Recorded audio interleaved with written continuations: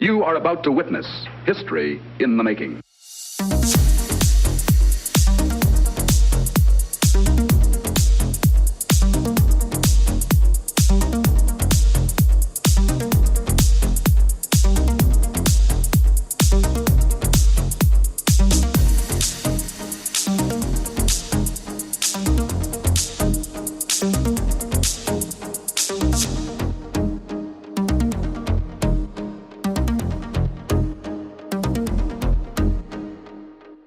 Hello everyone and welcome to the first episode of the Pop Culture Gamers podcast. I'm here today with Steve, my joint host. So, hi Steve, how are you? Yeah, all good. Glad to be back. Yes, it's been several weeks since we've actually recorded any shows at all. So yeah, it's nice to be back on the airwaves. So some of you may have heard us from our previous podcast, but for all of our new listeners, and we hope that there are plenty of you, we'll do some introductions. So, Steve, do you want to go first and tell the listeners about you and your interests? Okay, so really, podcasting, first of all, that's been about 5 years now, so couldn't believe it, how time flies, especially when I think it was going back to the time of the 360. Yeah. On the Xbox, you know? Well, I used to listen to you on the show you were on. Yeah, exactly, yeah. Gaming-wise, So yeah, I go back to 1977 with a Binatone console playing Pong and Breakout. There were the days, weren't they? Oh, and surprising how many little versions of that console came out. I mean, on the black and white TV at the time, so it didn't matter about black and white console because it was a black and white TV. So yeah, a bit of an old one. From there, I moved on to the Amiga ST. Or should I say ST Amiga? I can't remember now. No, it's the Atari ST or the Commodore Amiga. Yeah, no, you're right. Sorry, I do apologise. It might be my spelling. No, God. Yeah, so that would have been the Atari ST, wouldn't it? Yeah. Yeah, okay. Anyway, so played with one of those for a while. Then I started to move on to the Sega consoles. That was for some time, sticking with I think probably about two of them consoles I was on. Yeah. From there, I went on to the PlayStation 1 and 2. Mm-hmm. And at that point, I got bored with PlayStation. Moved on, because what it was, I think the last game I played on the PlayStation 2 was The Getaway, which was a great game. Yeah. But from then on, I just felt they were just... Any game that came out was just for kids, I thought, at that point. Nothing there was grabbing me. Mm. So, moved on to the Xbox, where I've been on Xbox Live now for about 13 years. And that seems more like a life sentence, that one does. And then, as you know, some people will be aware that I picked up a PS4 Pro last year. Yes, indeed. After years and years and years of being away from PlayStation. Yeah, and and obviously with the Xbox One X as well, sitting on the shelf as well, it's all good with the gaming. As a child, though, I grew up with sci-fi, which was really one of my main sort of types of stuff I've been watching. Yeah. Star Trek, Doctor Who, and even some of the back in the day the old B movies, like The Day the Earth Stood Still and Them. Yes. If you know those. So, in the middle of that, then I also was a bit of a Bond fan. Been watching them back, as I say, Live and Let Die came out in about 1972. So, even it just seemed such a long time ago. So, been watching all of those and been a great fan of that. Yeah. TV at the same time. Jay Anderson comes to mind with shows like Thunderbirds, UFO. Space 1999, and all the other ones that were puppets. I mean, Captain Scarlet. Yeah, and what's 50 years old? This is it Joe 90? Yeah. So I watched all of those. Other shows that come to mind: Time Tunnel. I remember that. Yeah, Lost in Space. Yeah, and the one you're about to say. Yeah, Land of the Giants. That was fantastic. I used to watch that avidly. Yeah, I do have. I've got all of Time Tunnel, and I've got all of Land of the Giants on my PC. Yeah. So they're just great. So as I got older, from there, I think I went on to horror movies. keeping in with the sci-fi still, because obviously Star Trek been and went to a certain degree. Star Wars kicked in obviously mid-70s. Yeah. As well, but I started getting into horror films. On watching them, I was watching them on TV at the time. So stuff like Halloween from John Carpenter. Yeah. And I went to the cinema to see The Exorcist, which probably gave me a few bad nights' sleep at the time, at the age I saw that. I think I was about 15. So yeah, coming really up to date now with DC and Marvel, obviously, which seem to take the front end of movies as we are at the moment. But yeah, some of the TV over the last 10 years, I think one of my favourite shows was Dexter. Never got into that, you know. Oh, awesome show. And that's out on Sky box sets at the moment. So that's always worth a look at. And another one that quickly comes to mind with another show that Michael C. Hall did, obviously who played Dexter, would have been 6 Feet Under. And that is also on Sky at the moment on box set. So there's a couple of good shows there to binge watch if you've got the time. But I'm not going to say any more because that's all what we're going to be talking about over the weeks to come. So I don't want to spoil any thoughts that we do have. So what about your interests? As much as you're probably near on the same as me, I should think, to be honest, without looking at the notes. Yeah, my interests are really very similar. I mean, obviously, you know, if I'll just go through it just exactly the same way as you have. So I've been podcasting for about 2.5 years with you now. Can't believe it's 2.5 years since I did that first show. But I know. Hey, there you go. Time really does fly. Obviously, in gaming-wise, my main interests, are just all the main platforms now. So the Xbox, PlayStation, Switch and PC. I like them all. I have access to them all. So, you know, why not enjoy what gaming has to offer right across the whole spectrum? Oh, absolutely. In terms of gaming, I've been playing video games since the 70s because I had a Commodore 3000H. Do you remember these? Not off the top of my head. I mean, you know, when I said I had a bit of a break. Yeah. That's when you had those ones with the cassettes and all sorts. Oh yeah, well I've had a load of those, but the 3000H was a Pong machine basically, and it had a whole amount of 4 games built into the machine, and you had 2 paddles, and there was an expansion for one of the games where you could have a light gun. And I never got the light gun, so I only ever had access to 3 games.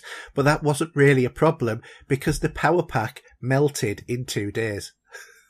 No, man. And that was the end of my gaming until the 80s, for my gaming at home, when I really started getting machines. So I started off on the Commodore 64, went on to a Toshiba MSX. If you've ever heard of those. No, not off the top of my head. Some of these, I mean, I can, just looking at these, I can see some of these I know, but some are... Yeah, well, the MSX was like a later edition in the 80s, and it was supposed to be like the Japanese version of the Commodore 64 or the Spectrum. Yeah. And it was made by multiple manufacturers. So, you know, it was one of these first ideas where the technology was actually shared between the manufacturers. Right. So, you know, you would get not only Toshiba, but, you know, other makes of MSX as well. I also went on to the Acorn Electron. I had one of those. I had a Commodore Amiga 500, 500 Plus and 1200, as well as a CD32, which was the Amiga, but with just a CD drive, and it was like a games console. The Acorn Archimedes, if you remember those. I used one of those for a while. Then went more on to console gaming, as well as PC, but had a Mega Drive. I had a Nokia N-Gage. Remember those? Not many people had those. No, a bit of a failure, that. It was a good machine, though, at the time. I had all of the PlayStations, and I still have, right, you know, PS1 right up to the 4, PSP and Vita as well. Had all of the Xboxes. I had a GameCube, a Wii, and a Wii U. I've also got a Switch now as well. So quite a wide variety of gaming history there. Film-wise, very much like yourself. You know, I'm a big sci-fi fan, and I love both Star Wars and Star Trek. Some people seem to think you can't like both, but you can, because they are totally different sort of things. And I grew up much like you on the classics like Space 1999, which was one of my all-time favourites. UFO, the $6 Million Man, The Man from U.N.C.L.E. Yeah, I mean, actually, did you watch the spin-off series for the $6 Million Man as well? The $6 Million Woman. Or the Bionic Woman. The Bionic Woman, yeah. Oh, yes, I did that. And also watched the later 80s reincarnation of that, which had... Oh, I've forgotten what her name is now. I can see her face, but I can't think of what she's called. It'll come to me later on. But anyway, so yeah, I loved those shows as well, and all of the other sort of similar ones. I've been over my time a bit of a Whovian as well. I think as anybody who's British and grew up on British TV. Yeah, because I used to hide behind the city when that used to come on back in the early 70s. The music was a bit creepy to me, and I would have to hide. Yeah, until it came off. I'd sit down and watch it, you know. Well, I mean, one of these episodes we are planning on doing a Doctor Who kind of focus, aren't we? So we'll talk about our favourite ones then. Love Bond, obviously. Back to the Future movies, Lord of the Rings, Game of Thrones, and other more modern comedies like, which I'm going to talk about later on, The Good Place and Last Man on Earth as well. So I'm also a big superhero fan, love more Marvel and DC, but I still love both. But obviously, you know, you get your favourites as well. Also love 2000 AD, I forgot to put that in. Also have a lot of interest in science generally, especially with astronomy and what's out there. And I love to understand the science behind the shows and can be really nerdy and a bit of a nitpicker. In a matter of fact, years ago, do you remember there was a nitpicker's guide to Star Trek and Star Trek The Next Generation? No, I don't remember. Yeah, it was somebody had wrote, you know, oh, this is wrong and this is inconsistent and whatever. And I sat and read it and I nitpicked the nitpicker's guide. Well, I mean, it's funny though that you can nitpick something like that, but to be honest though, I think that where we are sitting now with Star Trek and that, we have those items actually that tech of that time is now here, except for the ships and time travel. Well, yeah, I mean, you look at hypersprays, they're in hospitals. Mobile phones were the communicators. iPads were the pads. Yeah, that's it. So, come on, you know, we are living in a Star Trek universe, whether or not you like it. And even the Bluetooth, the idea of Bluetooth, because they obviously had on the Next Generation with their communicators on their badges. Yeah. On their, you know, so it's just sort of like a Bluetooth idea or something, you know? Bluetooth and Wi-Fi, yeah, definitely. So, we are starting to live in that future. Be interested to see what it'll be like in 100 years, but we're never going to see it, are we? No, unless there's reincarnation. I'm coming back as someone else or whatever. Yeah, exactly. Anyway, that's me, and we're your hosts, and we'll be guiding you through the worlds of gaming, popular culture, and technology.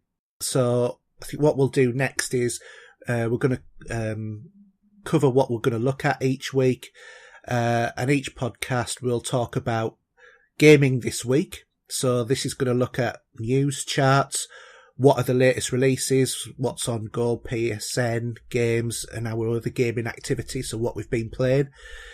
Movies and TV and streaming. So here, much the same, we're going to talk about news in popular entertainment, new cinema and Blu-ray releases that you might be interested in, cinema charts, the movies and TV shows we've been watching and what you might like to watch. We'll also bring you tech talk of and reviews of any new products that we get hold of. And each show will have a discussion key topic about an aspect of gaming or popular culture. And then finally, we will round it off with a load of listener questions and I'd just like to say to the community who has supported the development of this podcast right now, thank you very much for all of your submissions. We've had a record high of all of the time that Steve and I have been absolutely doing it together. We've had 23 questions. So, thanks, guys. It's a tremendous for us to actually have a launch that way. So, in that case, then, I think it's time that we move on to the next section, which is our Gaming This Week. No longer a dream, but a reality.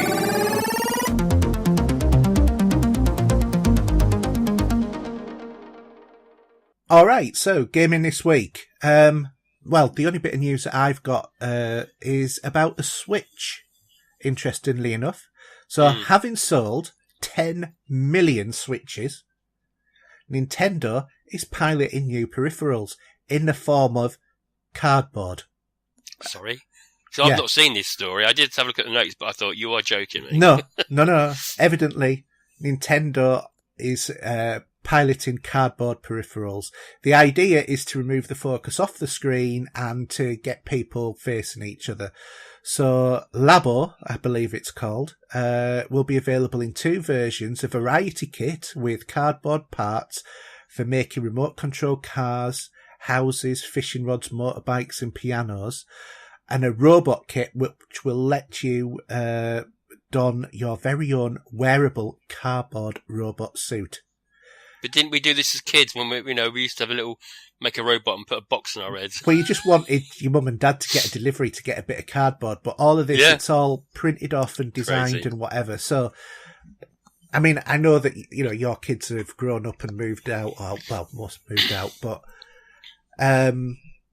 what do you, I know you're hearing this fresh. What's your take on this? What do you think? It's a joke, isn't it? Surely. No, not. evidently not. You look at the Nintendo webpage. Do you know what? As I've always said, Nintendo's for kids, and this just says it all. To be honest. Okay, so all of those Nintendo listeners who have now left the podcast, thank you very much for tuning in.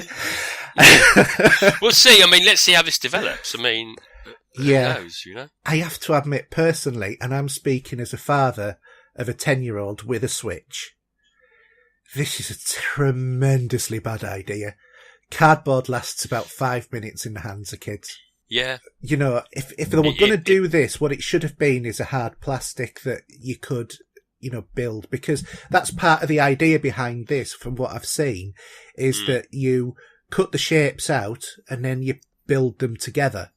Yeah. And it looks really quite fascinating when you look at the piano, for example. You plug the Switch into this and then you play a piano, and it's got a proper keyboard, piano sort of keyboard, not many keys, but they're all made out of this cardboard that's, drawn on the card. So from that perspective, it looks fantastic, but I bet this is going to cost a fortune as well. Well, yeah, it's proofs in the pudding. We'll see. I mean, I don't know. I just can't get over that. No. I must admit, I thought it was a wind-up when I first saw it as well. It's not April early, is it? Not yet, no. So, anyway, have you got any news, Steve? Off the back of what's been going on at the minute, I think, as I say, I haven't written anything down here, to be honest, but I'll own up to that one. There is a new alpha preview coming out for the Xbox. Right. Shortly, with some extra bits and pieces tagged on, such as a Do Not Disturb, which is... Yeah, do you know what? I saw that on Major Nelson's profile, to be honest, Do Not Disturb. So I need to get my Xbox on today, just to have a look, see if the update's there, as we're all in the alpha both of us in the alpha preview for it. Well, at the moment, I'm not. Aren't you? Oh, okay. Is that by choice? Yes, it was when I upgraded to the X. I decided I'm not going to be in the program for the time being, for the simple reason that I had problems with Forza Horizon. Of course you did. Yeah, that's right. Because you had problems downloading it and Yeah. didn't finish the update, did it, and all sorts. So Yeah, so I thought I'll come out of it for a bit because I want to enjoy my experience of the X. But I must admit, do keep thinking maybe I should download that app again. Well, there was. This is sort of a little bit of old news to a certain degree, but we know about the avatars and the changing of achievements for Xbox. Yes, so you have a achievement career. Exactly, and I've got a funny feeling that will go into alpha first. Yeah, which is one of the reasons why I'm quite interested in joining it. Exactly, I thought that would pique your interest as you're a bit of a whore on achievements. Well, especially this month. Oh God, yeah. Yeah. So I think there's not much more other than that at the moment I've seen about, but yeah. Yeah, I mean, I have to admit, I'm intrigued with what they're going to do with the whole career mode for achievements. I'm interested that obviously the way the avatars are at the moment, they're sort of a bit pointless. If you want to have it for, your picture and that's fine. Yeah. But they are improving it so much. They are really, really improving them to be worth using. Yeah, and it needs more games to use them as well, because they were integrated into games like Connect Adventures, for example.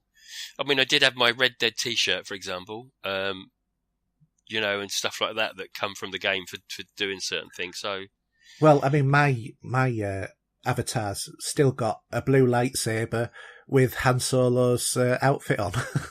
And I think mine's still sticking around in different variations, but I'm still got the Next Generation you have. From Star Trek. So, as you can see, we are nerds. Or geeks. Absolutely. Whichever we respond to both equally. Okay, so let's have a look at the new releases. Now, I was really surprised, actually, this week, because what's the one thing that we always say? Oh, there's nothing to play. Well, there is loads to play. There's all of the stuff that we've bought, we've not completed from the last year, to be honest. And my pile of shame's getting higher and higher, but there are loads of actual releases this week. Well, I'm determined at the moment not to buy any new games. Yeah. And concentrate on the ones I picked up from about October last year. Yeah. Because there's so much to play still, and it's a waste. It seems a waste to fall away from certain games, that we've picked up in the sort of the tail end of, for Christmas and everything else. Yeah, exactly. Well, I don't want to be buying many more as well. Although I don't know how I'm going to stop myself, but there you go. So, well, I mean, wait, give it a couple of months to some of the bigger titles to kick in. Yeah, it's true. So, okay, so this week then, so from the 23rd, we've got Lost Spear on the PS4 and the Switch, The Inpatient on the 24th for PSVR, Celeste on the PC, PS4 and Switch on the 25th. Then on the 26th, we've got Demon Age on PC, PS4, Xbox, Dragon Ball Fighter Z, PS4 and Xbox One, Axiom Verge on PS4 and Switch, Railway Empire on PC, PS4 and Xbox One, Constructor Plus on the Switch. The big one, I think that a lot of people are waiting for, Monster Hunter World, which, to be honest, might be a buy for me.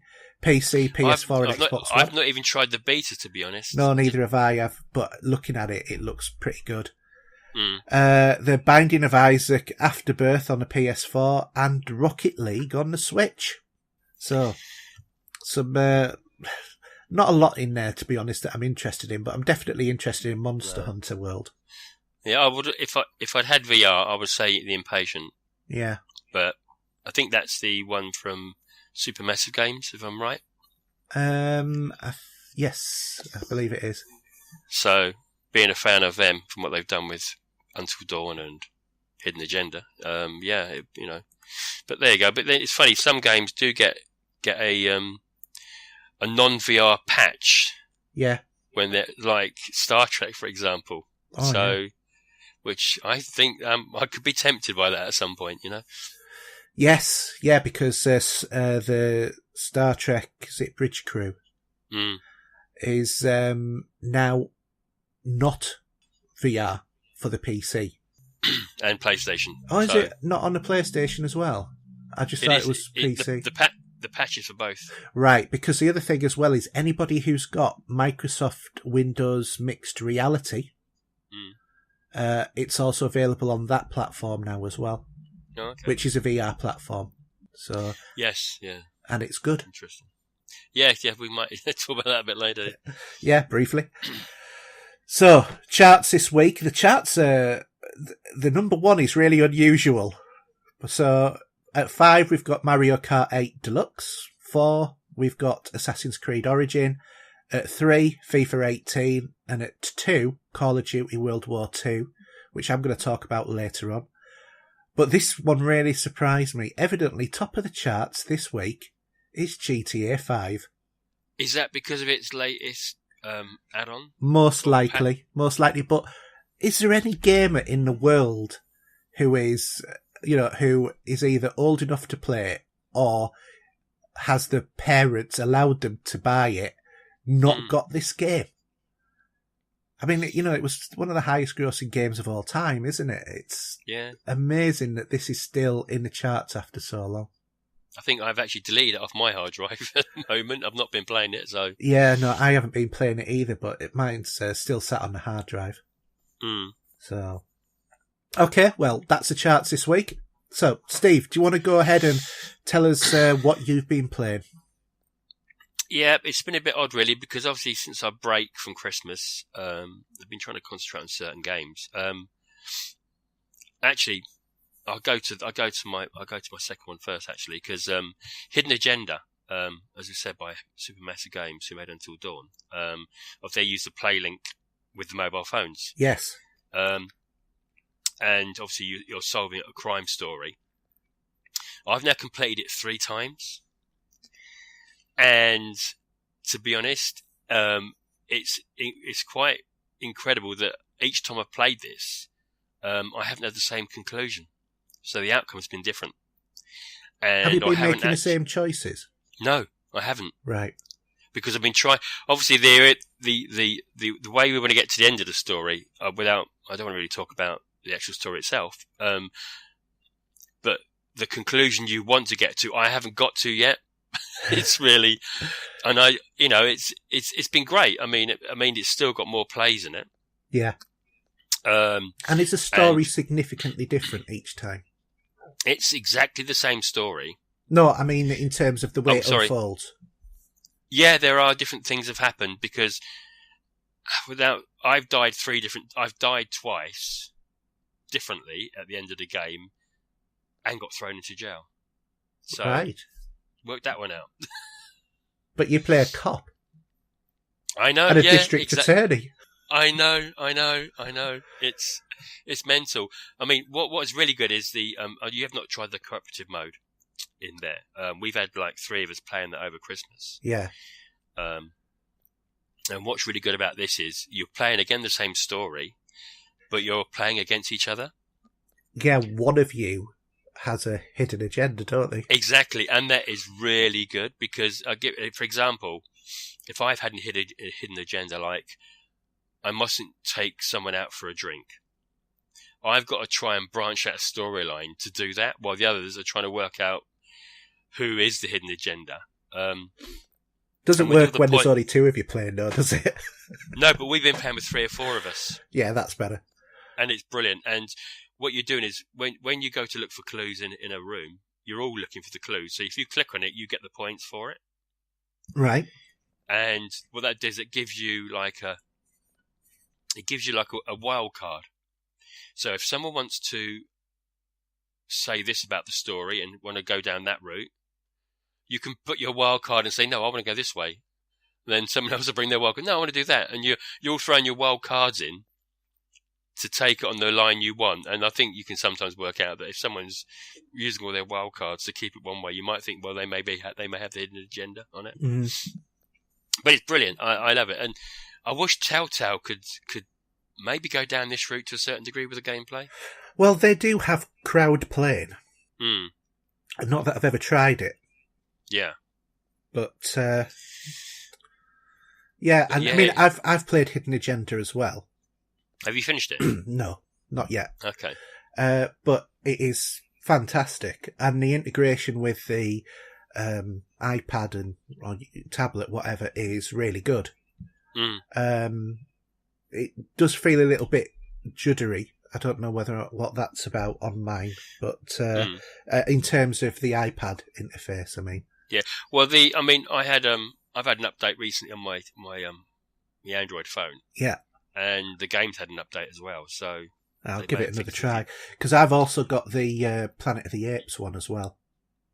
Yeah, we could talk about that all day long if we go into Planet of the Apes. It's too many films. Yes. But yeah, no, I'd like to maybe one day give that a go, but at the moment, Hidden Agenda's brilliant. It's really gone well. That's gone down well at Christmas, believe it or not. I can imagine it's a good party game, but it's only for adults. You wouldn't stick we a were playing 10-year-old in this. front of We it. were playing this at 2 a.m. Some bits Those of that are would be quite creepy, I can imagine.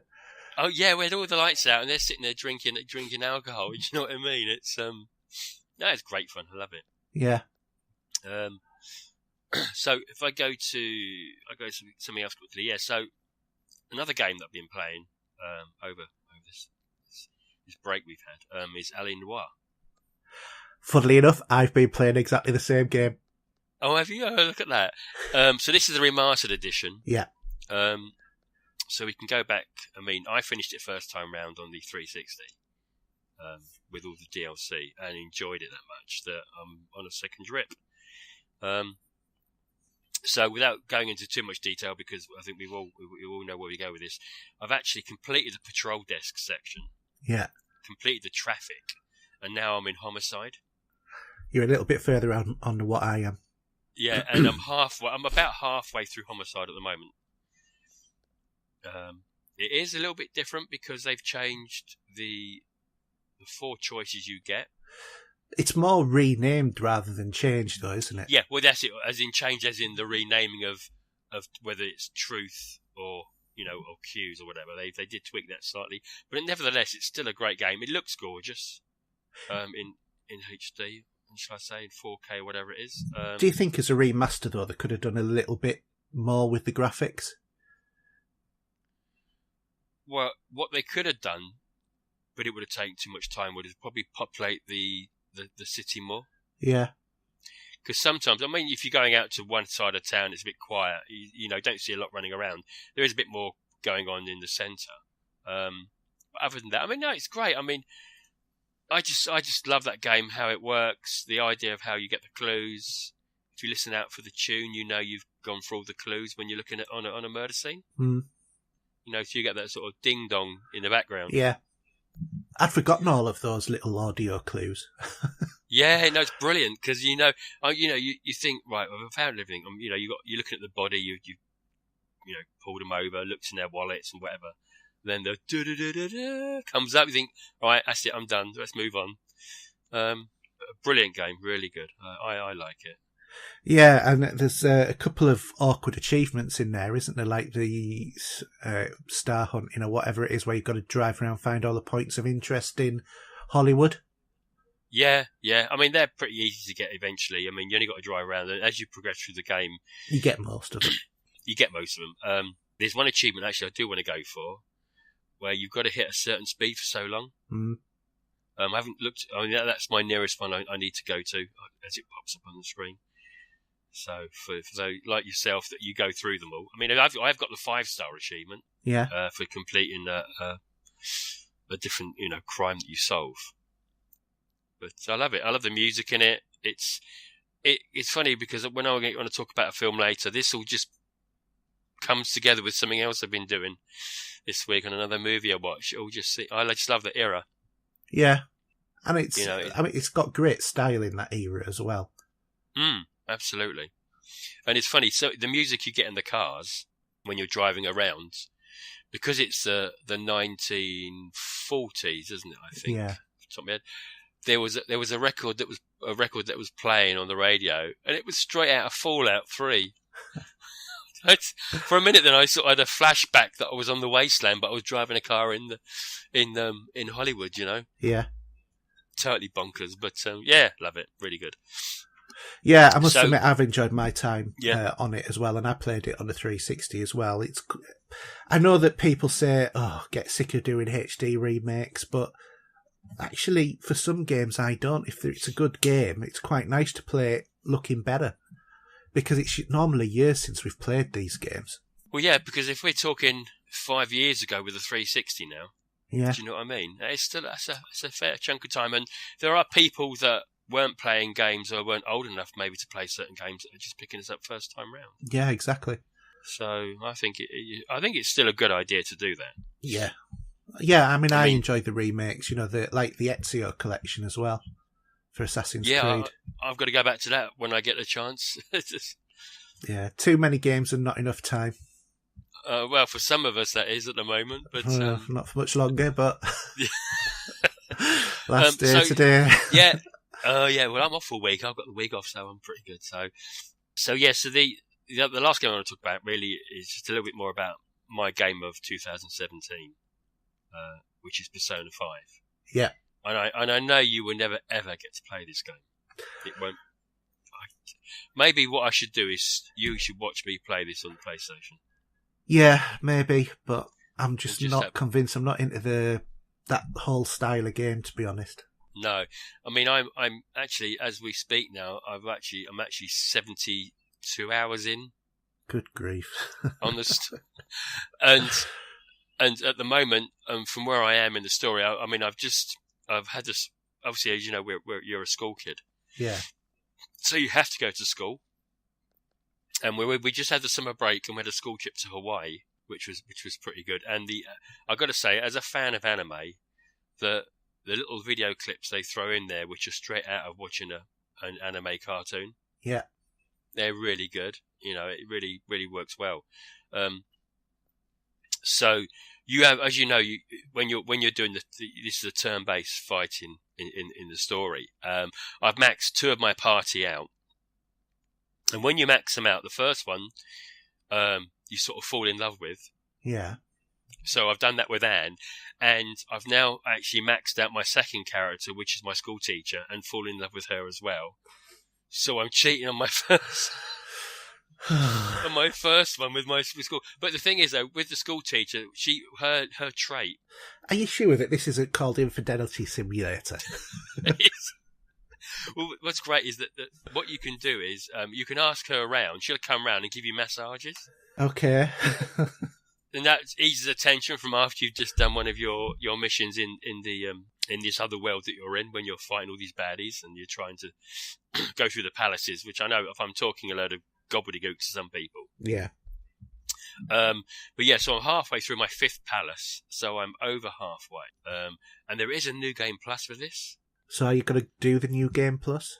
Do you know, I'd be tempted to, because some of the confidants, as they call them, which is who can be in your party for different reasons. As I say, a little bit earlier, I popped off to the red light district, and in there's a girl that's drunk. She's a reporter, and she wants to know more about the people that are doing the Phantom Thieves, which is what we are. Yeah. What they're up to and what's going on, because in the real world you see your outcome from what you've been doing. So she's drunk at the bar. She's just gone to the toilet and thrown up, and she's just been added to my list of confidants. Because each time you level up, there's about 10 stars you do. They give you certain advantages in the game. Right. So I might have to, obviously, I've got a few others as well, but it's just great. It's such a great game. I can't give this game so much praise. It's amazing. Well, I mean, I know that loads and loads of people have said how great it is, but I think it is one of those sort of games. So it's a Marmite game, isn't it? Really, you either love it or you hate it. Mm. But I mean, I love the style of it. It's just I just don't think I could play it, to be honest. Well, all right. Well, I see. Even if we get a chance, even if it's later this afternoon, we get a bit of free time in between plumbers and all sorts that's going on at the minute, especially in my home. Yeah, I can put it on and you can have a watch and see what you think. Yeah, interesting. That's mine really. So what about yourself? What have you been up to? Well, this month I've been achievement hunting. Whoring. Yes, I've been whoring myself out for achievements, and I've amassed quite a number of achievements on Xbox One. But we have going to say this now. You have been off work, haven't you? I have been off work this month, but I'm back to work tomorrow. But yes, I have amassed, drum roll, Yeah, go. 13,556 gamer score. I could swear right now, but I'm not going to because this is a decent show. Since the 1st of January. Mm. So that brings my total of number of achievements up to 190,117 at the moment. Well done. Thank you. I'm going to say that some of these aren't full AAA games, are they? No, some of them are indie games. Some are AAA games, but, you know, it doesn't matter. I've just been trying a variety of games out. I mean, you know, my gaming habits from old, you know, I will basically try to give anything a go once. You'll try anything that's you thrust it in your face, I know. Yeah. Well, that's the whole point of gaming, isn't it? Because you might find something new that you don't know about, or you might find that little golden,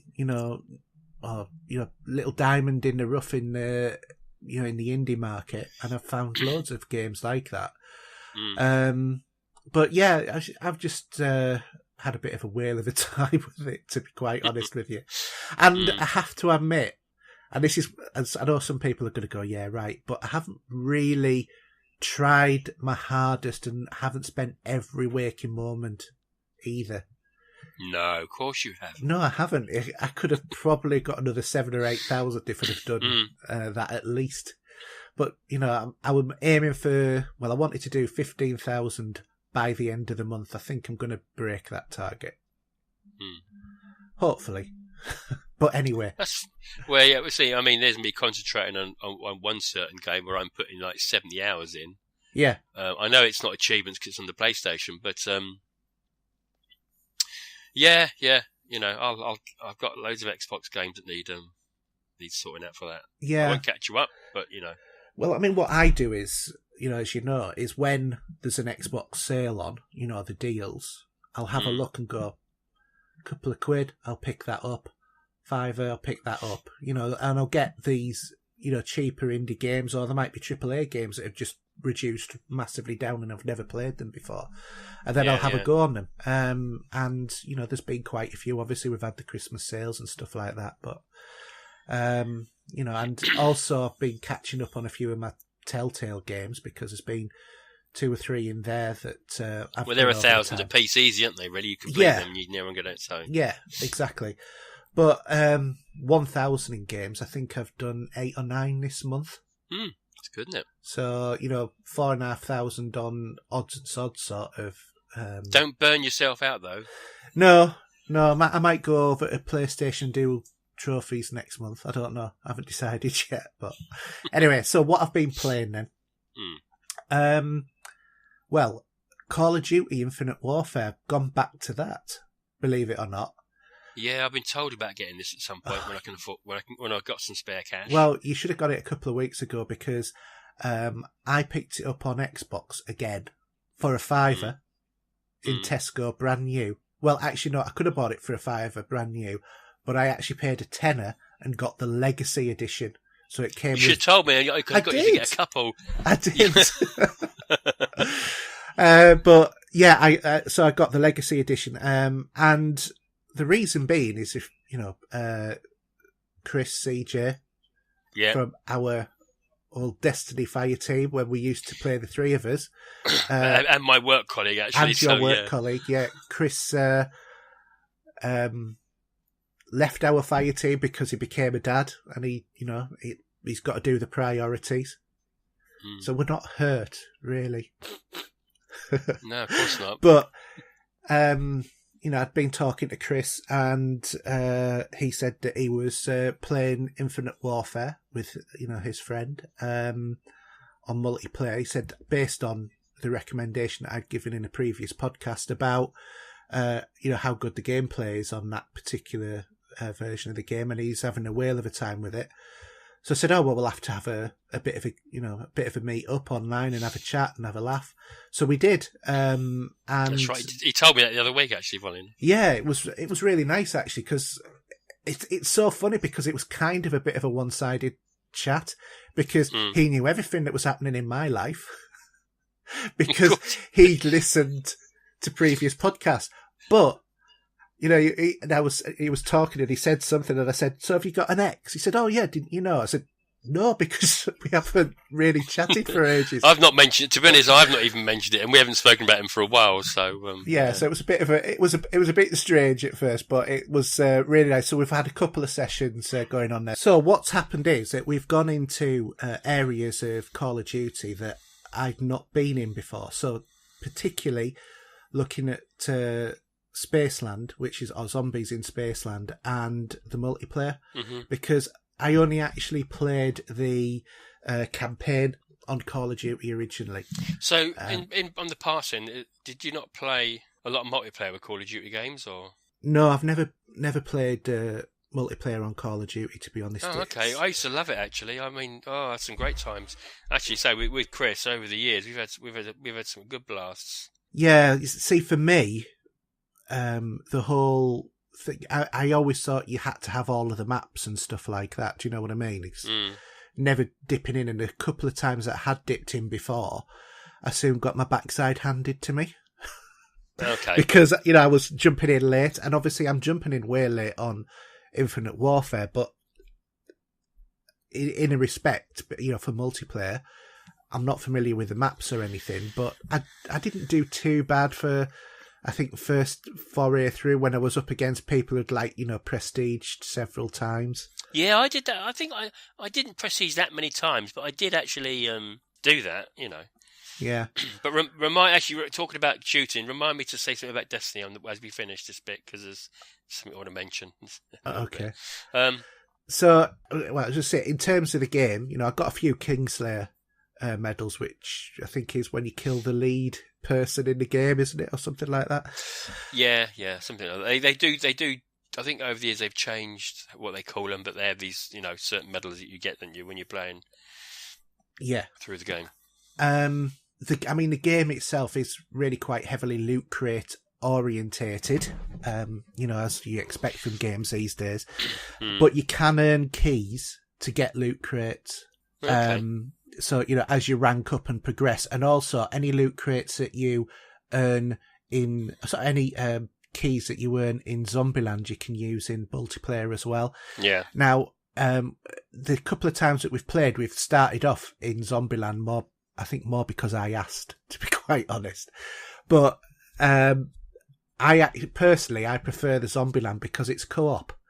So it's a team of 4, and the Spaceland Zombies is basically like a B-movie. So it's got this whole animation before you start, setting up the scene. There's 4 characters, you know, like a nerd, a girl, a black dude, and, you know, like a typical sort of American sporty jock kind of character. Yeah. And you get allocated these randomly, I think. And you get put into a fun park and zombies start to invade. So just like normal Call of Duties, you know, there are guns that you can unlock as you kill more zombies.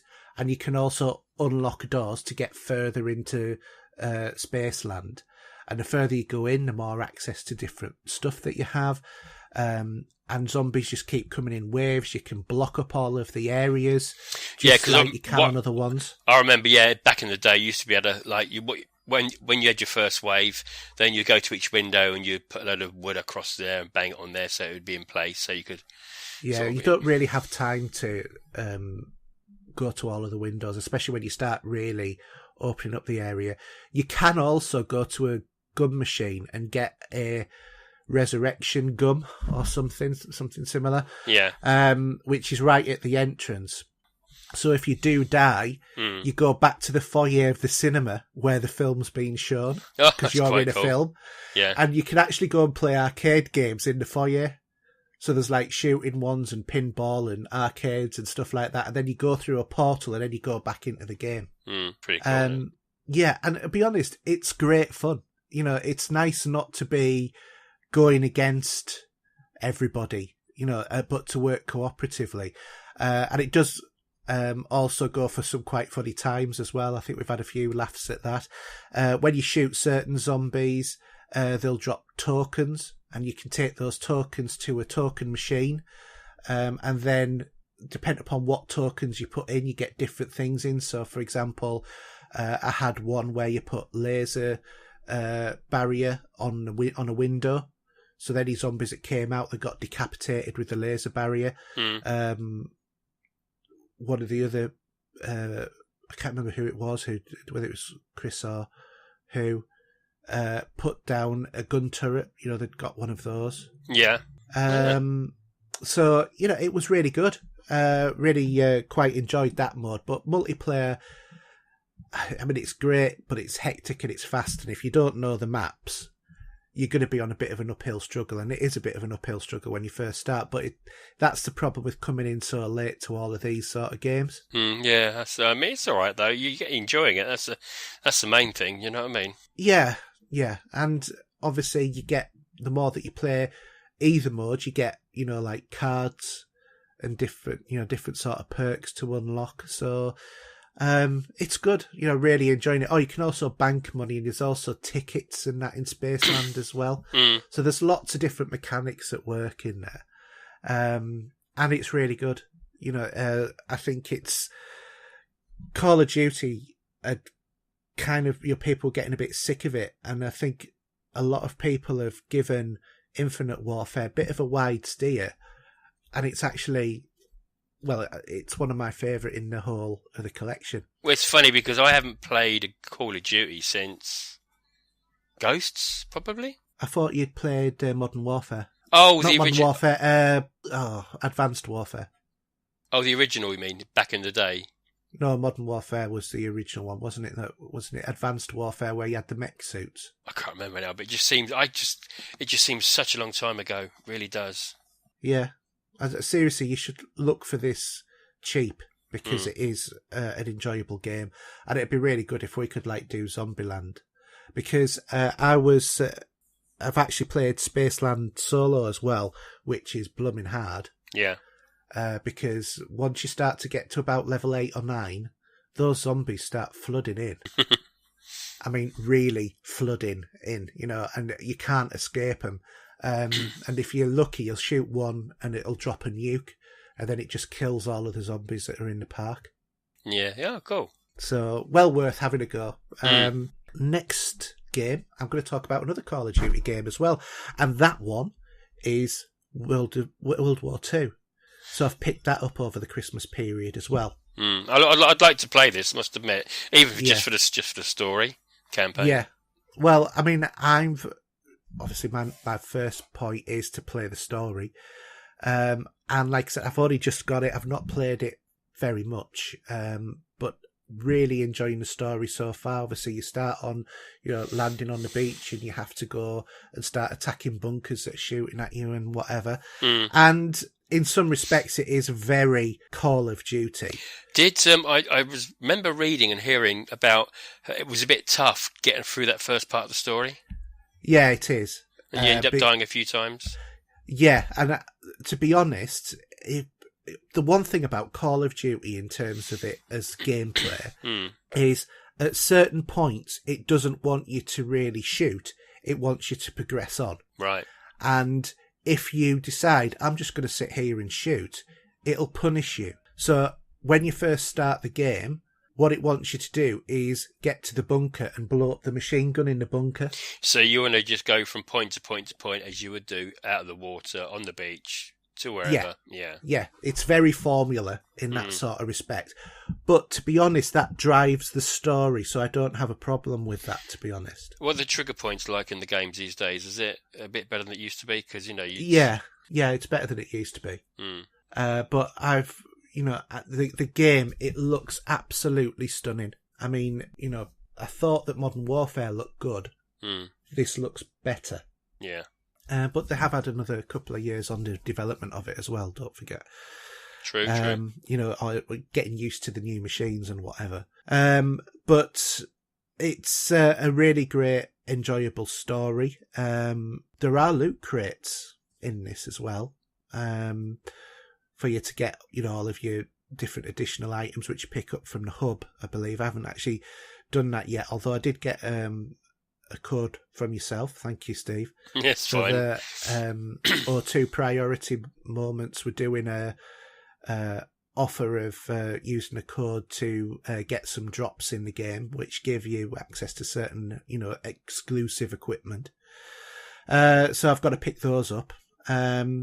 Obviously in the game as well, zombies are back, but this is Nazi zombies, so I'm looking forward to actually having a go at that. And obviously multiplayer's in there as well. So it's Call of Duty as we know it, but it's gone back to its roots. One of the biggest things for me in this is a change to the fundamental core mechanic of the way that Call of Duty works. Now, if you get shot on Call of Duty, what do you do if you need a death? Well, you want to hide, don't you, to get your health to come up again, normally, from what I remember. Yeah, that's exactly what you do, and you have done in Call of Duty for years. No more. That's gone. Do you have to have a health pack, or...? You have to have a health pack. Now, you can ask your colleagues for, give me a health pack, give me ammo, give me grenades, whatever. And, certain ones will pass you what you ask them for. But yeah, it's a complete change in quite a significant, I feel, part of the way that Call of Duty operates. Yeah. But it has its advantages. It also has its disadvantages as well when, you get particularly bogged down and you're trying to hide and you're thinking, oh no, that doesn't work now. And I've run out of health packs. I mean, are there enough there to keep you going in the game? Yeah, there are, yeah. But obviously, it's a very different approach to it as a game. But I think it needed something. And I think that there's a lot of little changes in it that are maybe not quite so obvious that I think make it feel a bit fresher. So really enjoying that. Anyway, so I'll report back more on that. Oh, cool. Another game I've been playing is Telltale game, The Walking Dead: A New Frontier. I'd never played this one because I'd gone to the idea of I'm going to wait until Telltale release everything before I buy it. Because, I was fed up of Borderlands, or Tales from the Borderlands, by the time that Telltale one got done. Yeah, I haven't played this one yet. I think I've not gone near it, so... Well, what I will say, I'm not going to give any details of the story, and I'm not going to do any spoilers. It's a Telltale game. If you've played a Telltale game, you know it's not really a game. It's more like an interactive story. Point and click. Point and click, yeah, exactly. And because the main point is the story, it's not the gameplay. And anyone who says, Telltale games are not very good, it's just because you're just not interested in the story. If you're interested, if it's a good story, you'll have a passable time on a Telltale game. Story-wise, it's really good. It's you start off with new characters. Obviously, your actions choose who lives and who dies throughout the story. Clementine sees a return as well. Is she a teenager in this, isn't she? Yeah, she's a young teenager now. So she's, growing up as a story. And obviously the cornerstone of these Walking Dead stories is Clementine. Yeah. So that I'm sure she'll appear in the next one. Absolutely, I think she would do. Yeah. And I think she'll probably stay with the series. Unless they do the something bold with it. Well, they did Michonne, which was slightly offbeat, and that was a separate story altogether, wasn't it? So yeah, well, I mean, I've completed Michonne again this month as well. I really enjoyed that as well. It'd been a while since I'd played it again, and I'd forgotten most of the story, and I made different choices in it as well. Oh, okay. So quite enjoyed that. But yeah, if you've not tried this one yet, and you quite like the Walking Dead series, well worth a pickup. And once you've, once it comes on sale or whatever, I wouldn't pay full price for one of these games, but you can normally pick them up quite cheap. Excuse me. Next game is 101 Ways to Die. So here you take the part of a mad professor killing splatters. And splatters are like zombie gremlin-y kind of things. Oh, okay. So imagine Lemmings And imagine that you've got to do the opposite of what you do on Lemmings. So on Lemmings, you've got to stop the Lemmings from dying. Exactly, yeah. Yeah. On this game, the splatters release similar to Lemmings, and there's an end point, which they'll naturally go to. What you've got to do is find ways to kill them before they get there. Oh, okay, that sounds interesting. Yeah, it is. And to be honest, it's cartoon, gory violence, and it's really quite funny. So the point is that you have to find 101 increasingly convoluted ways of killing splatters before they exit. That's the whole premise of the game. Yeah. And to assist you in doing that, you get different things. So, for example, there are ramps, and at the bottom of the ramp, there's a lava pit. Now, if a splatter comes up to that, he'll jump over the lava pit and continue walking. So what you do is you have a slippery substance that you can put on the slope so that they'll slip down and go into the lava pit. Okay. Do you have to use a point and click scenario as you would with Lemmings, for example? You plan it before the splatters start. Okay. So you get shown the maze. You don't know where they're coming from first or whatever. And you get given a set number of gadgets to assist you. Now, there's already some gadgets in the area. So that might be, for example, a fan. It might be spikes on the wall or on the ceiling or on the floor. It might be a cannon or multiple cannons, whatever. There might be a teleporter. There's all sorts of things in there. And what you've got to do is guide people. So one of the things, for example, is like a spring. So if someone walks up to it and stands on it, it'll spring them up in the air. Now, that could be springing them into a spike to kill them, or it could be springing them up so that they'll go into an oncoming boulder. Sounds a bit mad, to be honest, isn't it? It is. And it's on PlayStation and Xbox, is this game. I remember seeing the cover, but never thinking what it was, and nothing ever pointed me towards it because I didn't know much about it, and I thought, I'd just ignore it. Do you know what I mean? Nothing cried out at me about it. Yeah. So now, I have to admit, this is a strange thing, and I don't know whether or not this is to do with my psyche or what, but I never liked Lemmings. And I did. I absolutely loved Lemmings. But I like this game. And it is basically Lemmings in reverse. Yeah, yeah.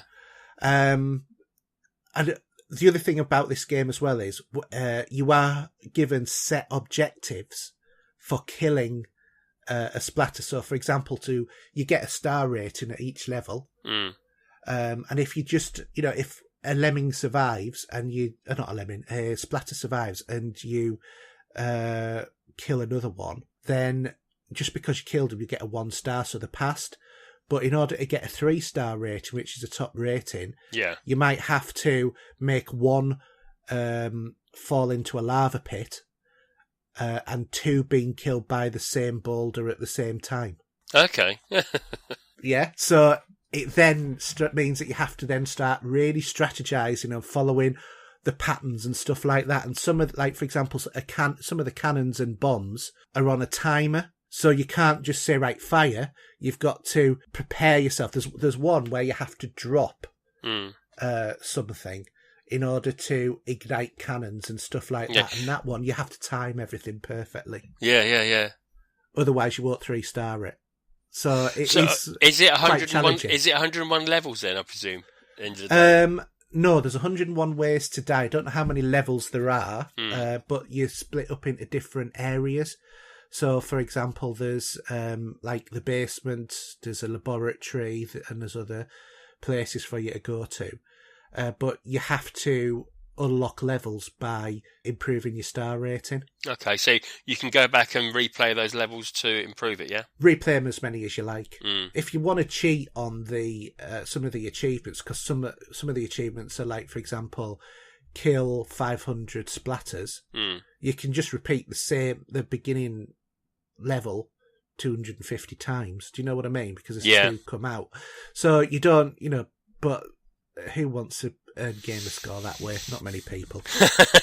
Yeah, of course. And not me. So, that's how, how you play that game. And it's not expensive. It's only a few quid. It's worth a go. Ah, cool. So the last game I'm going to talk about is Inside. And it is from the creators of Limbo. You're late to the party with this one, aren't you? I am. I'm very late to the party with this. It's been one of those ones I've been having an eye on it. But I thought I didn't really enjoy Limbo that much. And did I really want to play a similar sort of game again? And then I thought, I don't want to pay that amount of money. So I waited until it came into quite a cheap sale. I think I paid about £5 for it or something like that in a latest sale. And obviously this is a left to right scrolling adventure puzzle game. You play an unnamed boy who's running through this oppressive world. It's a 2.5D game, just the same as Limbo. A lot of the environments are very dark, and colour is used to really direct you to and highlight parts of the environment that you need to interact with, together with some musical cues as well. There are numerous ways that you can die. You can fall, you can be shot by darts, you can be mauled by dogs or shot by security guards, you can be drowned. There's all sorts of ways. In terms of controls, you have jumping, running, climbing and pushing and pulling objects, but you can also control characters by use of like a mind control device. That's right, because you've got like winches and levers to move these magnets where you can carry them and move them across. Yeah, as a lemming in a way, isn't it? To a certain degree, these will move where you put them to. Yeah, exactly. And also that when you're doing that and you're controlling them, you can actually get them to lift you up or catch you from a fall that would have killed you and things like that. Yeah, this was my game of the year when it came out. Did you play it? I finished it. Did you? Right. Did you get all of the endings? No, I played it once. I know, and there are little levers to pull where you drop into secret places. Yeah.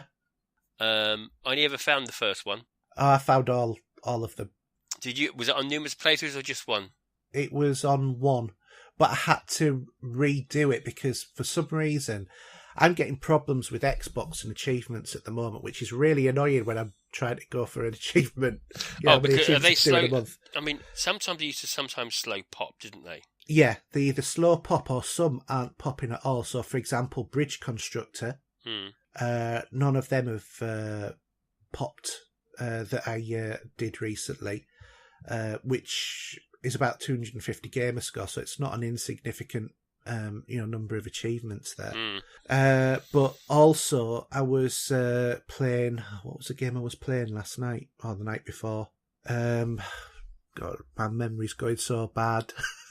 I can't remember. That's because we're old, by the way. That was it. Yeah, it was Planet of the Eyes, right? Which is an indie game, a platformer, and one achievement won't pop, even though I've done it, and it says it's on 100%, exactly the same as Bridge Constructor. It says it's 100% complete, but it's not popped and it's locked. Oh, weird. Very weird. I think that there's a problem which is going to be addressed in the next update. Yeah. So anyway, I got them all, but what I had to do was I had to redo the game again to get the last achievement, because when you've got all of these like mines or devices, whatever they are, about 10-15 minutes before the end, you do a jump and you have to go either up a ladder or down a ladder. If you go down a ladder, that's it. You're committed to going to the end. If you go up the ladder, you go into a room where there's like a room in the shape of a massive mine and you have to pull something out. But you can only do that when you've got all of the previous ones. Now, what happened with me is I had them all and all of the achievements had popped. I went into that room, pulled the thing out, and the achievement didn't pop. So what I did was I went back through the history and just redid where I knew all of the mines were, defused and whatever it is that you do with them, and then went back to that room and then it popped. It was weird. It has got one hell of a bizarre ending now, hasn't it? Oh yeah, I can't figure out what that ending's about. No, I don't think anyone will. Ending one. I mean, I know it's a little bit old now. This game's about 3 years old, isn't it? Something like that, yeah. But I wouldn't want to spoil that ending for nobody, to be honest, because it's just so weird. It is. It didn't end the way I thought it was going to. Oh God, no, absolutely. No, I don't think anybody could have predicted that ending. So anyway, but I enjoyed the game immensely, much more than Limbo, because I feel it was more focused on the puzzles rather than on the platform part of it, which was better. So so that's been some of my gaming in the last few weeks. Oh, good. Okay, so in that case, then we'll move on. Unless Steve's got anything else to add to our next section. I could add. Oh yes, you were going to add Destiny, weren't you? Yeah. Please go on. Now, normally for me, I'm on top of it with what's going on with Destiny. But you've been having a little bit of a beef. Yeah. Well, with Bungie. Yeah, and I would never see HDR work on the PlayStation. Yeah. And it's working now. Oh, is it? It's 4K. Yeah, it's HDR. So when you start it now, HDR pops up on the screen on the TV in the corner. Yeah. And I didn't see this post, or I missed it. I don't know what. I mean, maybe Bungie didn't get it out enough, maybe. But what you have to do is you have to go into your settings, go to brightness, and in there tick HDR. And I didn't know that. But why? So simple. But the thing is, it's default is not HDR. Come on. Especially for a console, which it doesn't matter whether or not you've actually got the Pro or the Standard. They're all HDR. Yeah. But not all TVs support HDR. No, but I still did notice a difference though. As much as I think it looks gorgeous on the Xbox, I did notice a difference there as well. But yeah, I mean, I'm glad I've got it now. But it was just, one of those things. Thought I'd mention it anyway in case there's anyone else there that's like me didn't know that. Yeah, no, I didn't know that actually. I'll have to check it out now. Yeah. Okay, so moving on to our next section then, which is movies, TV and streaming. In quest of a better life.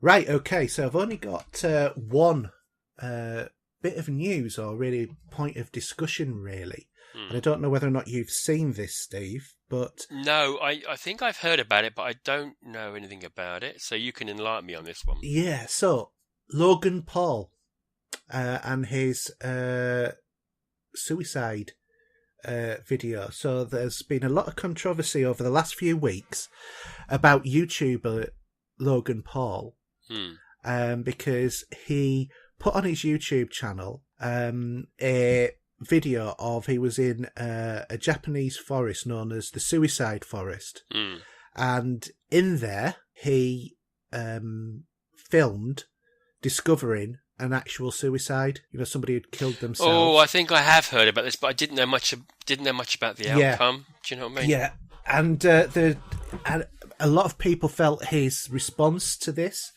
was disrespectful. Yeah.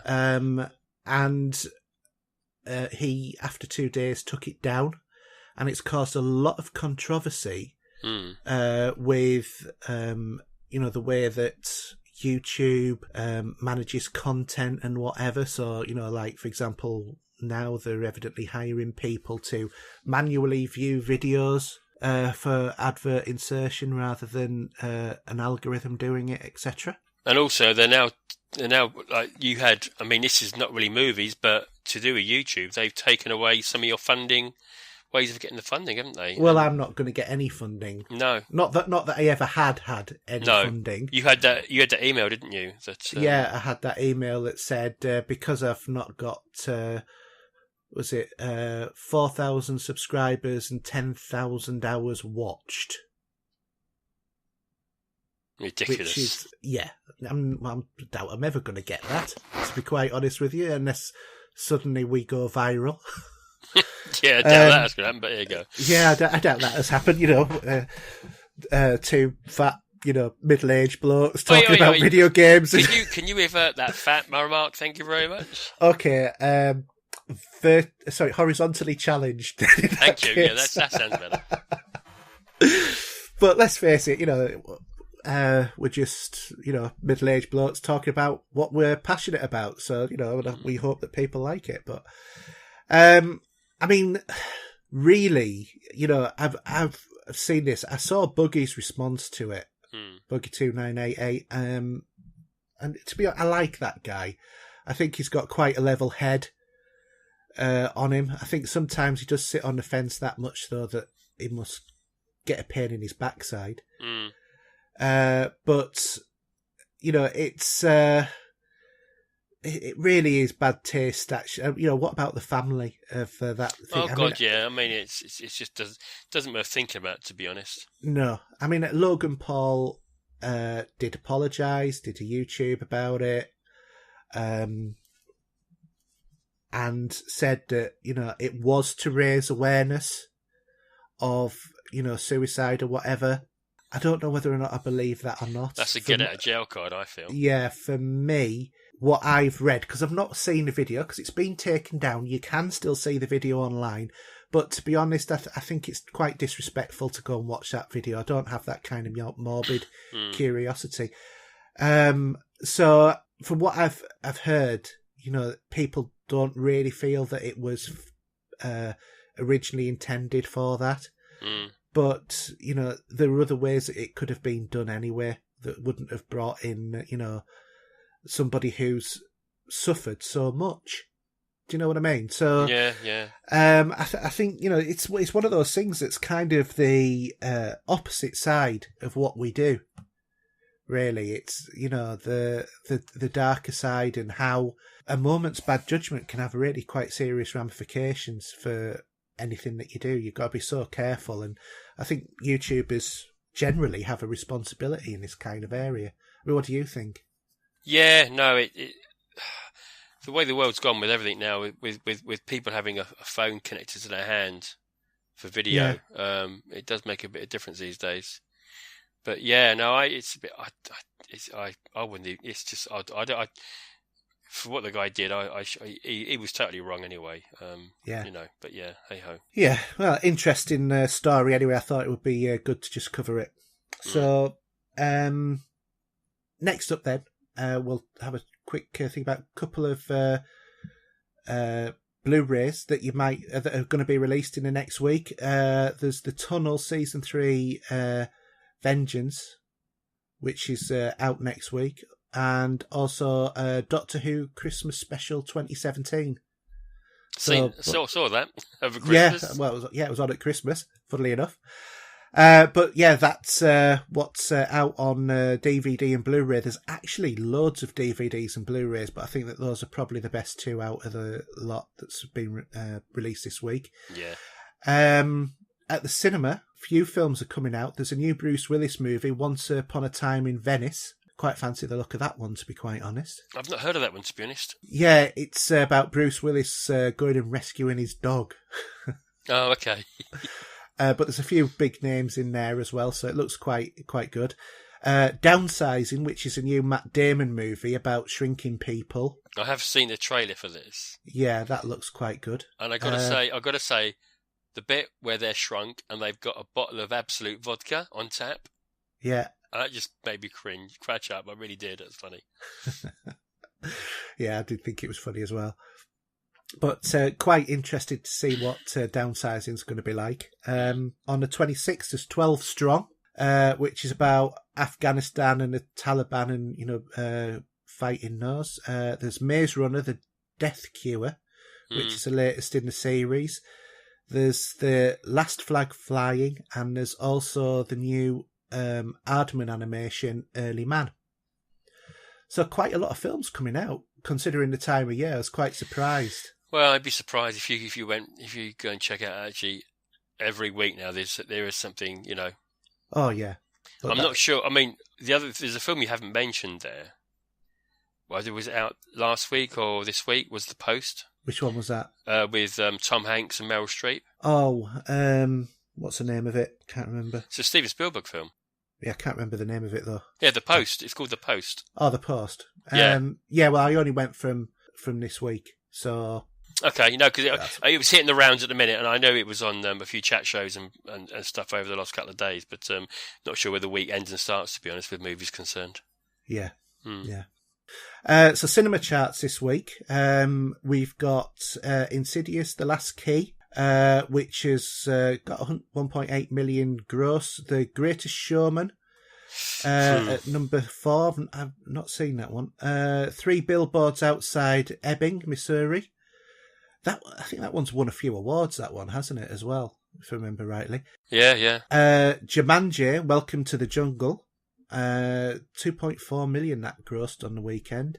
And Darkest Hour, which grossed 4 million. So, a few interesting films there. I do want to see, out of that lot, probably Jumanji, Welcome to the Jungle, and 3 Billboards.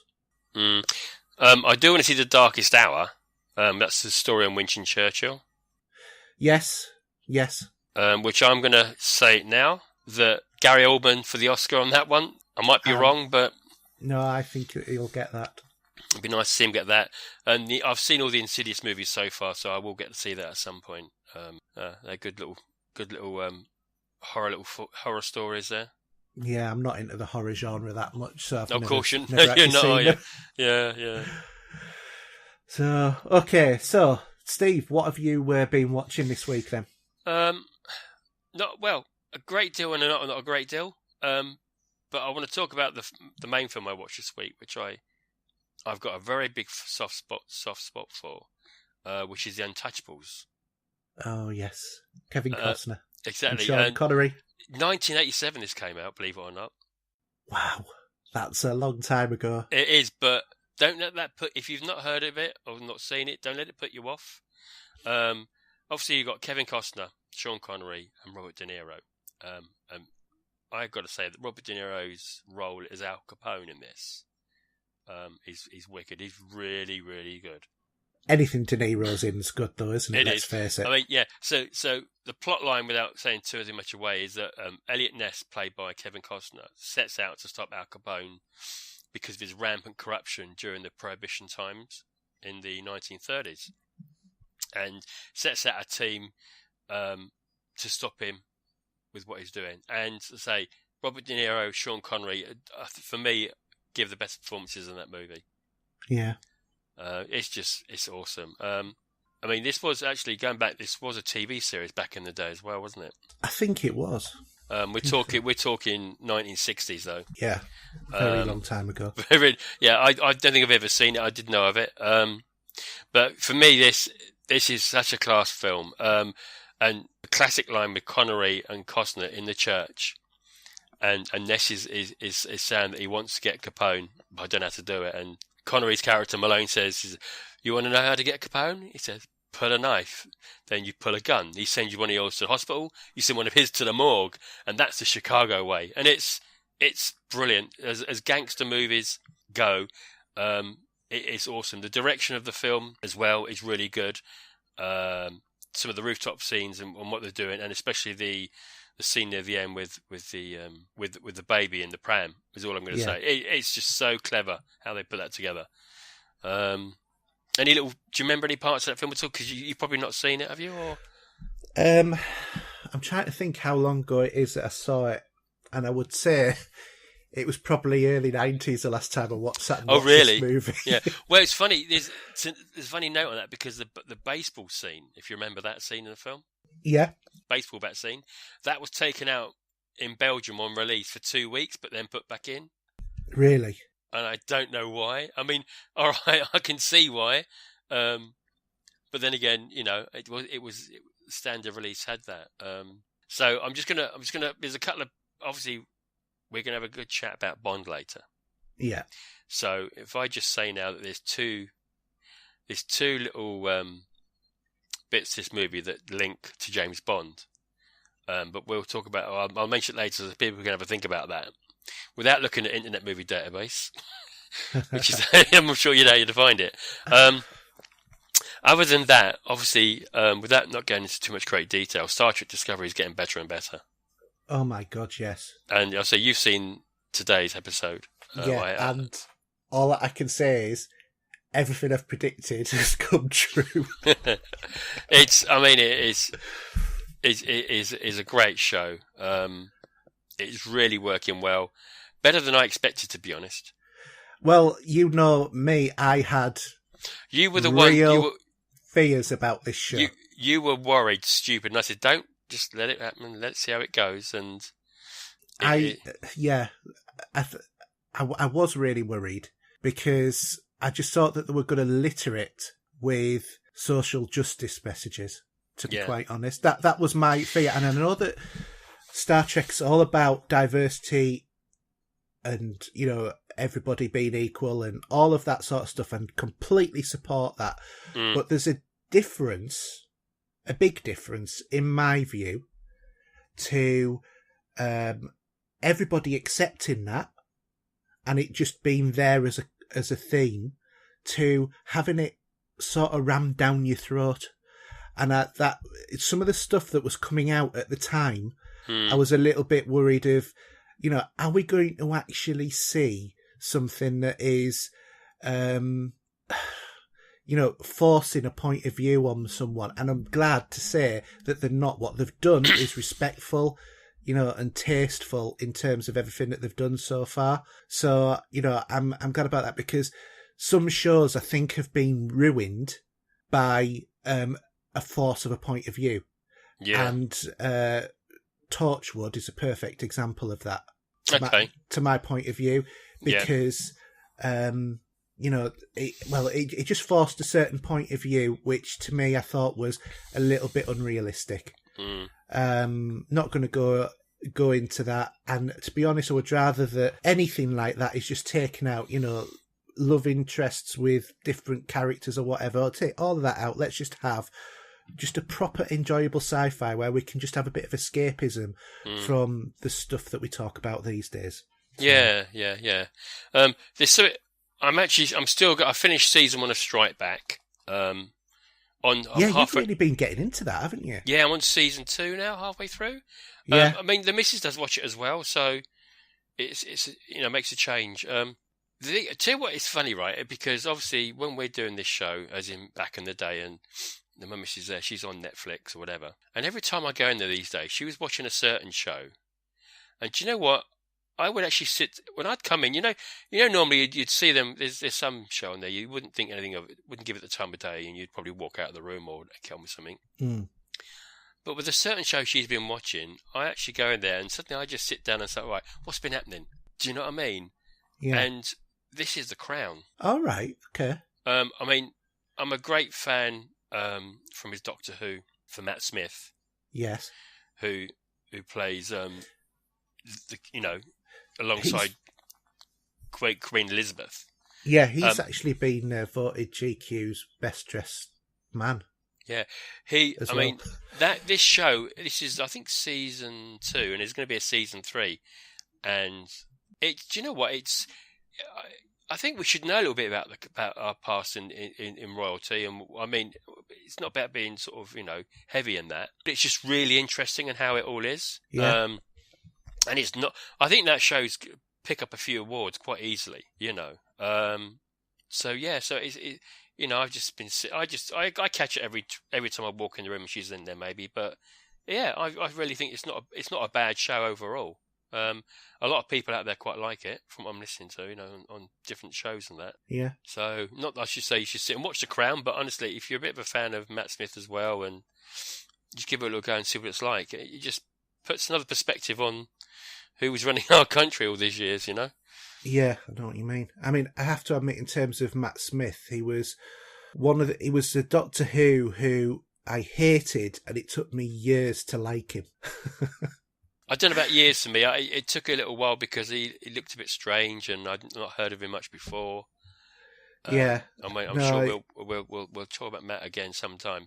Well, when we do our Doctor Who episode, sometimes, yeah, at some point. But that's really good. And then she's watching there's another show on Netflix called Night Shift, which is a story about an ER unit. Yeah. American one. And it's quite gory as well. But I mean, to be honest, a lot of these shows, what happens in these shows, you know, you wouldn't see that every week in your local ER place. No. your emergency blades. You know what I mean? But yeah, there's a couple of good shows on Netflix. But yeah, there's the normal stuff. We got a bit of a break at the moment with some of the DC shows.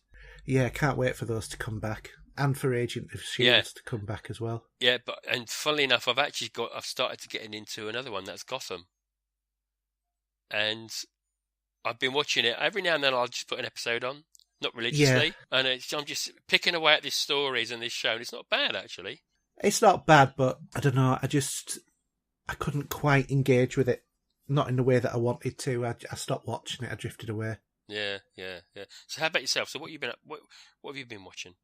Well, a couple on Netflix, and then I haven't put it in the notes, but I'll talk about another film, a TV series that I watched on Sky. So Netflix, I have really fallen in love with the show called The Good Place. I've mentioned this previously. You have to me, and I have actually put it into my list. Yeah, it's really good. It's about 4 humans in the afterlife, and they go to the good place. Yeah. Apart from the fact that 1 or 2 people in the group shouldn't actually be in the good place. Yeah. And basically, it starts with them trying to hide the fact that they are not where they're supposed to be from Michael, who is the architect of the good place. Michael is played by Ted Danson. Yeah, from Cheers fame. Yeah, and from NCIS as well, isn't it? Or is it NCIS, or it's one of those sort of shows he's on as well. Or 3 Men and a Little Baby. Loads of stuff he's been on, isn't it? But yeah, it's just such a good, it's a gentle, humorous comedy because one of the main characters is, like a self-opinionated, rather brash sort of woman who doesn't mind hurting people. Another one is a philosophy professor. Another one is a drug dealer from California who is mistaken for a monk from Tibet. Crazy. And the final one is like a British, aristocrat kind of hottie woman who is like an it girl and who knows everybody famous. Do you know what I mean? So it's like, when I talked to Johnny Depp and I said, and she name drops all the time. Yeah. I did watch a trailer. I mean, the name of the show doesn't give it away what it's about, to be honest. No. It's completely isn't, but no, but it is well worth watching. It is so funny. Really love the show. I would say it's probably my favourite thing that I found on Netflix by accident. And I found some good shows. Are they 20-minute shows? 25 minutes, something like that. That's okay. That's the sort of thing. Yeah, quick show to watch. Yeah, and they're in season 2, so it's just restarted. And to be honest, the whole family loves the show as well. It's not just me, because normally it's just me sitting watching the show on my Todd because, my son doesn't like Star Trek. My wife detests and hates Star Trek. So, it's not exactly like, I get to share programs often, but this one's really good. Oh, cool. So I would recommend it anyone, if you fancy watching a comedy, go on to Netflix. It's The Good Place. And there's lovely twists in it as well, right the way along. Second show I wanted to mention that's on Netflix is another good one. It's The Toys That Made Us. Yeah, so I think I've watched one or 2 episodes so far on that. I'm not sure how many there are, but yeah. So The Toys That Made Us is a show about toys from the 70s onwards, from Star Wars to He-Man, Barbie, and everything else. And what it does is it goes into a deep dive into the history of the toys, how they were developed, and looks at the collections. It shows the largest collection of Star Wars toys in existence. That's right, yeah. And they talk about how they all come about, which we know some of the story of. Yeah, over 400,000 toys were in that collection. Yeah. which is amazing. And really unfortunate because I thought that my few hundred items was pretty good. Well, I can say a few hundred or a few, depending on every brick of Lego I've got or something. Do you know what I mean? Yeah. But yeah, it's not a bad little show actually. No, and they talk about, like I said, He-Man, Barbie, all of those sort of things. It's like, for example, there was a whole thing about Barbie originally having nipples. Oh dear me! It's still, I don't worth thinking about, does it really? No, it doesn't. But it was just something that kind of tickled me. If you know what I mean, is that one of the biggest toys in existence almost didn't get released because the original manufacturer had actually put painted nipples on the doll.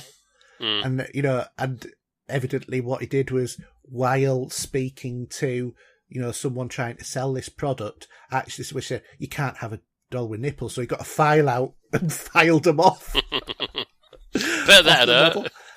Yeah, I bet it would. I mean, I've had a couple of dodgy shirts which have been a bit rough, and I know that hurts. So yeah,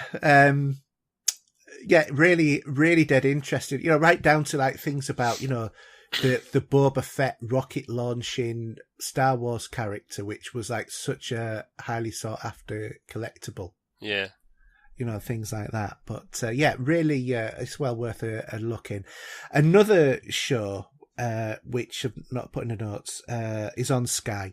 And this one, it's a return of a regular show at Sky One, which is Trolleyed. Do you know what? That to me looks a bit, what's the word I'd use? Cheap? I wouldn't say cheap. It's a bit daft. But it is... Yeah, it's just a bit of a wacky comedy, really. And I just really quite enjoyed it. So Trolleyed is about a supermarket, and basically it's like a comedy soap opera in a supermarket, and it's about the staff. Yeah. And you've got the guy who's in charge, who is completely obsessed with Valco, which is the company. You've got loads of different characters. You've got a lazy till woman who, is, she's now in a relationship and has a child with one of the other shelf stackers who, never did his job right or whatever. Then he became a butcher when the other butcher left and stuff. There's all sorts of things going on. There's one guy who is Neville. He's just completely useless. Everything goes wrong for him. All of these, people play tricks on him, all this sort of stuff. It's just a bit of a laugh. Yeah. And the Christmas special was really good as well, because the store, when they were having a Christmas party in the canteen, got robbed. So, it's had some good stories. So that's my other recommendation for if you wanted a new show to watch, or a returning one if you watched it previously. Okay, so we've already talked about Star Trek, which was the only other thing I wanted to talk about today. And what I will say is the episode that was released this morning, oh my God, it's brilliant. So moving on, we'll go on to just a little bit of Tech Talk. From the laboratories of...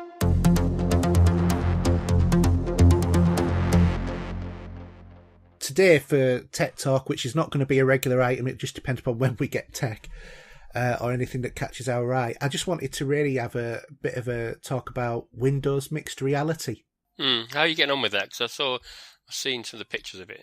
Yeah, and it's really good actually. So if you haven't heard of this, Windows mixed reality is a standard from Microsoft for VR.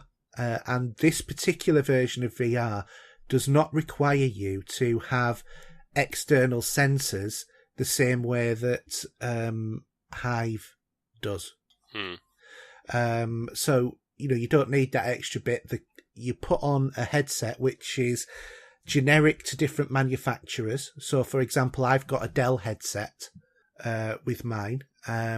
It is set up, it looks pretty similar to the PSVR, to be quite honest, the Sony one, and it lifts up the same way as well. Yeah. and that the flap of the glasses, or the screens, and basically it'll run on a rather, by today's standard, modest kind of setup. So I was actually I got a gaming laptop at Christmas, which had an NVIDIA 1050 graphics card in there, and I got Windows Mixed Reality free. Now, this is a £400 product. It's not bad, is it? No, exactly. Especially considering I could have bought exactly the same laptop without the mixed reality for the same price. So it was kind of like, I thought, I'll give it a go, and if it's useless, I'll get a couple £100 from it from CEX. Yeah, worst case scenario, isn't it, really? Exactly, that's what I thought. But I'm actually going to keep it, and I'm going to use it on my PC, because a lot of the games now will work with Windows Mixed Reality. There's lots on the App Store as well. And I've heard, and this is not confirmed, but I've read online that evidently the Windows Mixed Reality is what's going to be coming to the Xbox One X. So that means I'll be able to use that on there. Hopefully. Yeah, it'd be a bit of thought, wouldn't it? It will be. So evidently support for that is coming in the spring this year. So I've heard. But, this is just what's reported online. I've not had any, confirmation from Microsoft that this is happening. So take it with, the internet pinch of salt that you need to. Oh, yeah. But, this is what I've heard is going to happen. And to be honest, as an experience, it's pretty much like, any other VR experience, to be honest. It's got a decent sort of screen. I'm just trying to get the specs up for it. The one I've got's called the Dell Visor.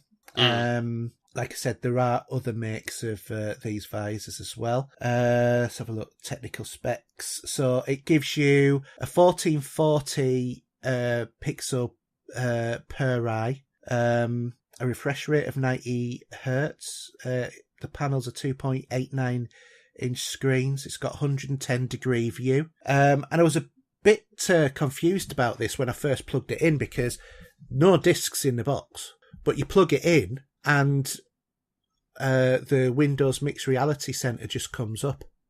Oh, okay.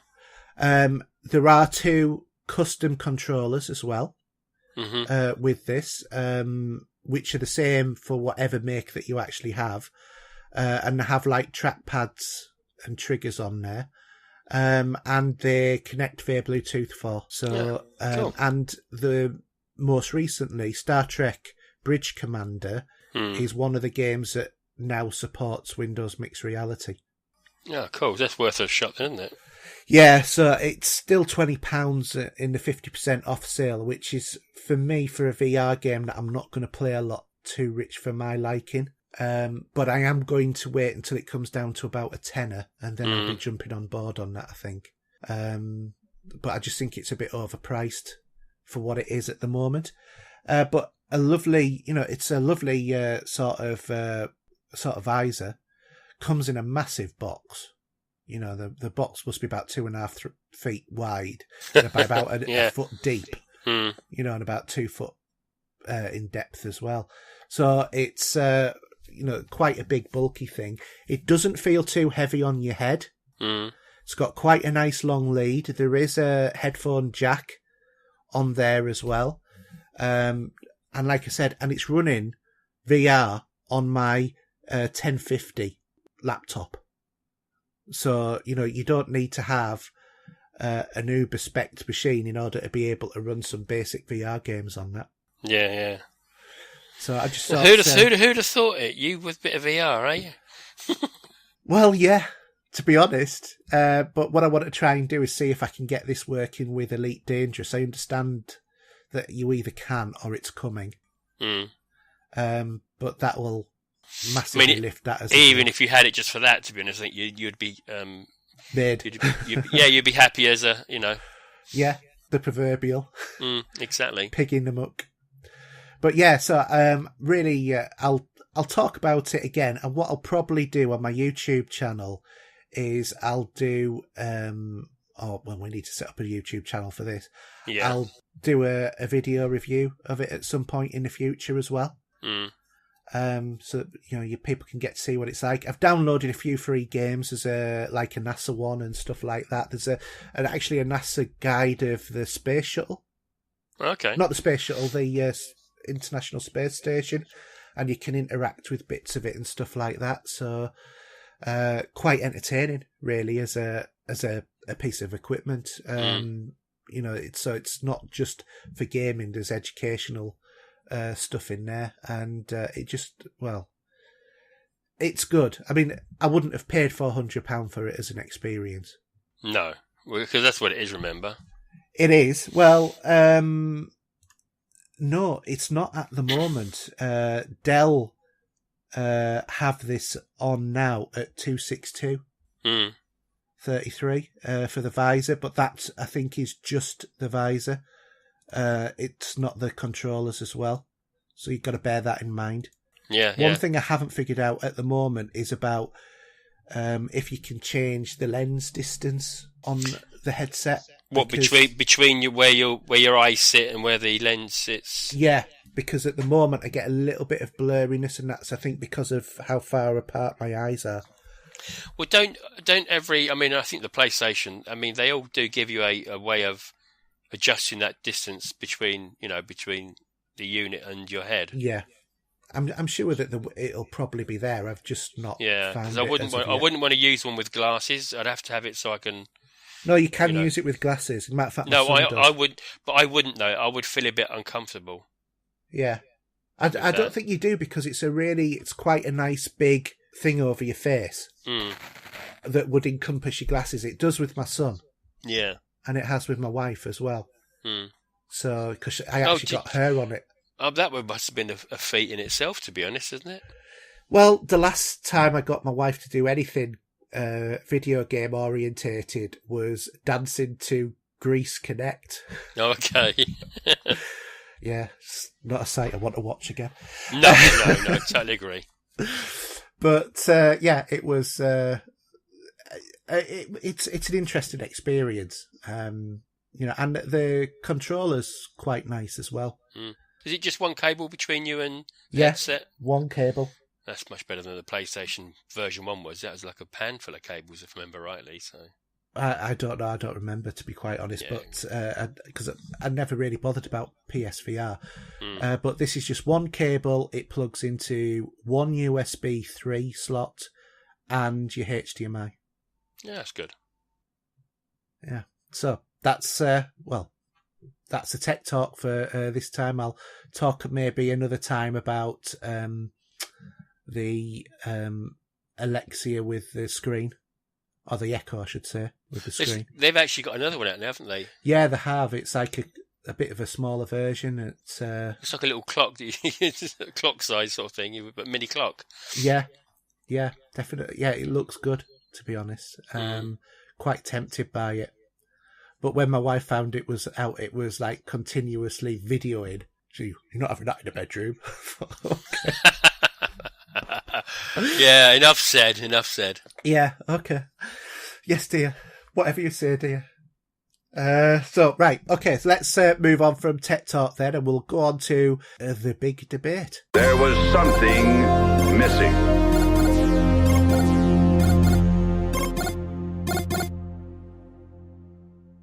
Okay, so we're now on our big debate, and in this section what we're going to do is take some part of gaming and pop culture, and we're going to do a little bit of a focus on it. So to kick us off, what we thought was we'll pick a subject that we both love, that's not Star Trek, funnily enough, or Star Wars, and we're going for Bond. So we've both got very different views on Bond. Do you want to kick off things, Steve? All right. Shall we? I think what we do is we leave our favourite Bonds and all that we've sort of done them in an order, haven't we? So we have. We can leave that till last. Yeah. So if I put my bit forward for Sean Connery, then. Okay. So to me, he's the first and the best. always the first is the best. You know what I mean? In many TV shows. Yeah. And what works well with Connery and his sort of how should I put it? His roughness that he does have compared to, say, Roger Moore, for example. That he goes out and does it, where Roger Moore hangs back a bit with that. He doesn't like to be too violent. Yeah. Do you know what I mean? And it works well. And I think also what helps the Connery movies is the soundtracks. I think they're far more superior with John Barry doing the music. Yeah. Over those years. Apart from Dr. No, that one wasn't. Well, no, the James Bond theme was by Monty Norman anyway. Yeah.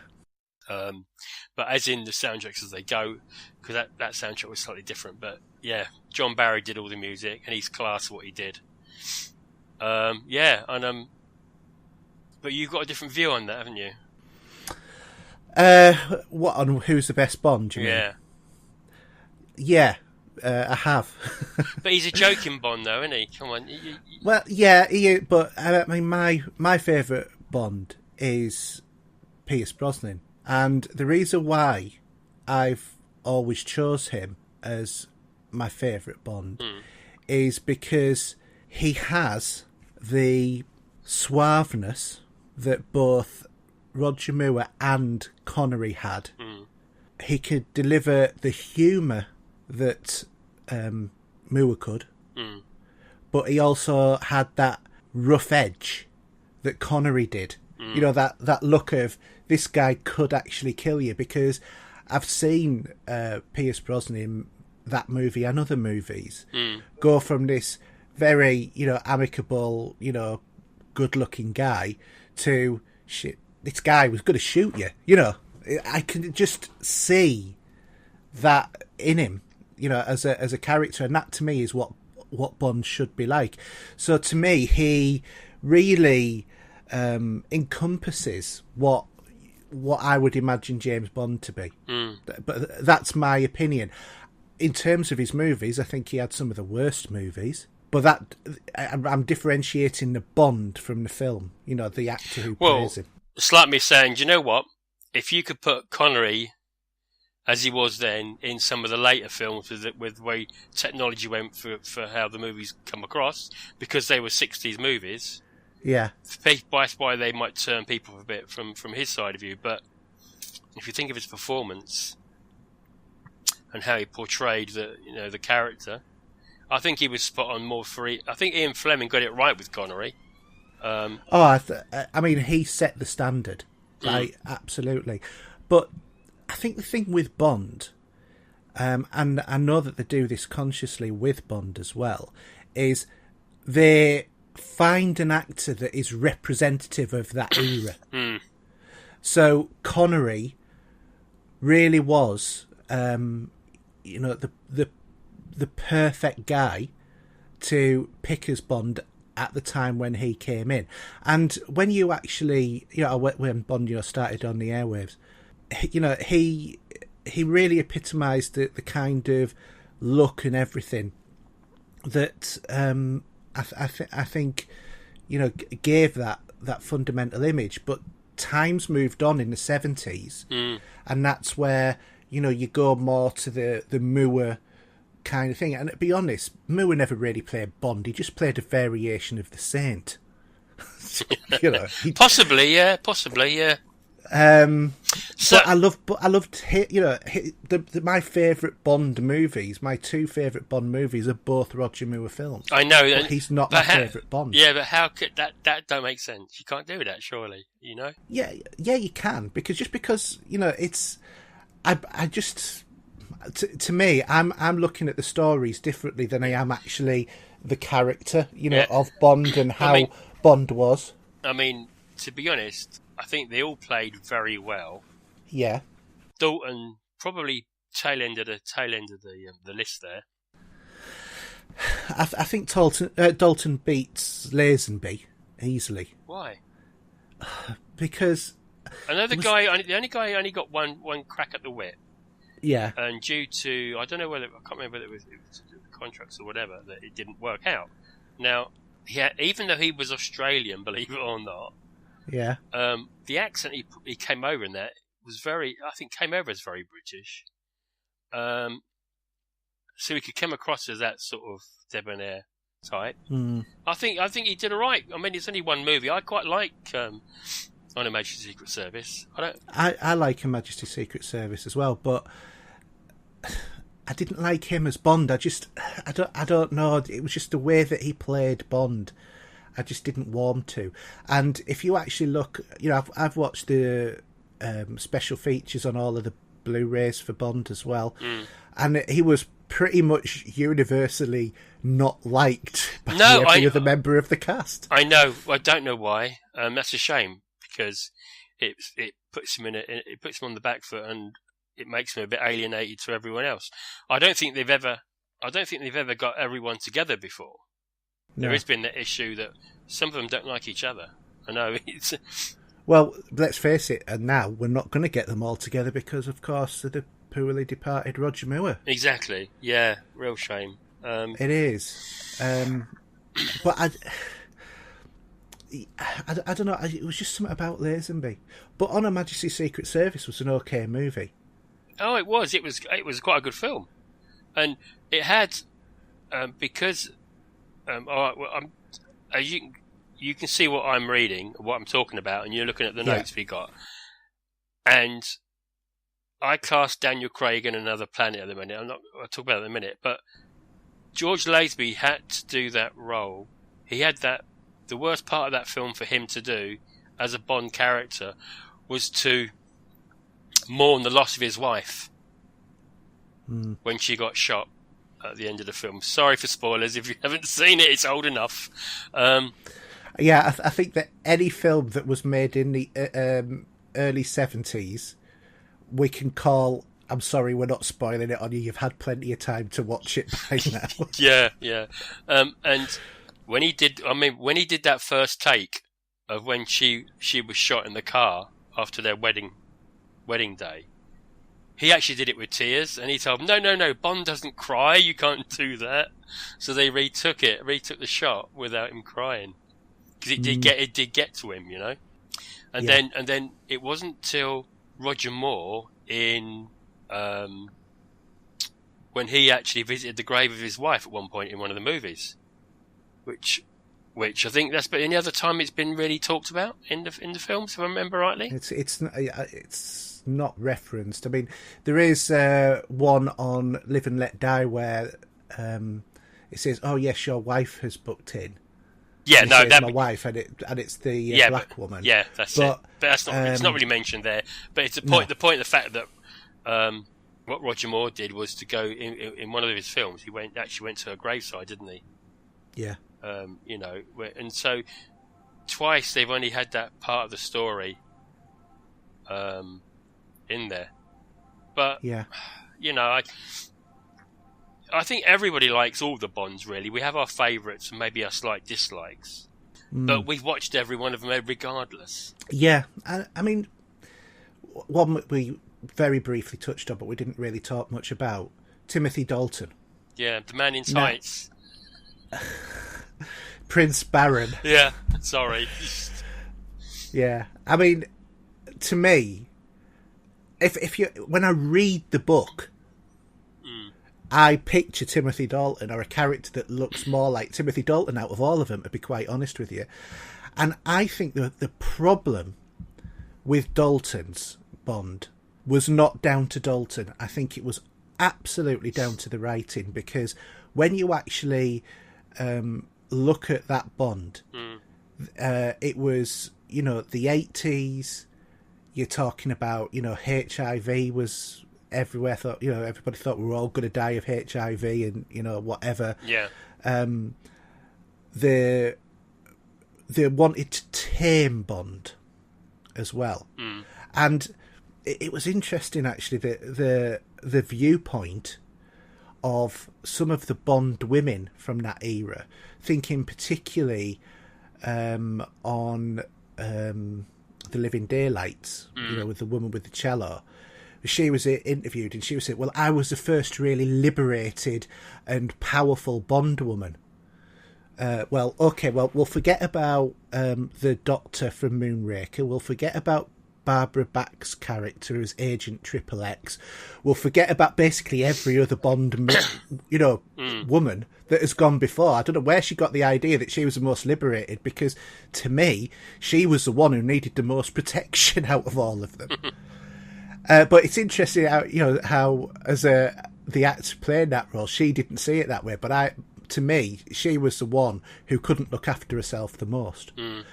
But the other thing that they were saying in the documentaries about that era is that what they wanted to do was foster the view of not being promiscuous. And if you think about it, in those movies, Bond only had a couple of Bond girls in each movie, whereas you go back before, you had 4 or 5 women throughout the episode of the movie. Yeah.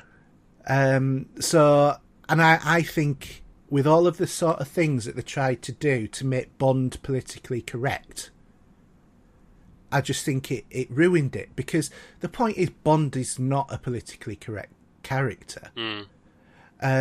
But equally, he is, I think, nowadays more respectful of women, because when you look at the old image of Bond, the Connery era, because I sat and watched Goldfinger the other day. I know, we were talking about this yesterday, weren't we?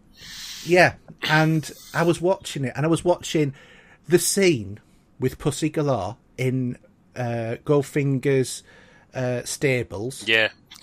And basically, what Bond did, if would have been classified as sexual assault. But to be honest, didn't Brosnan? Because obviously there's so much here.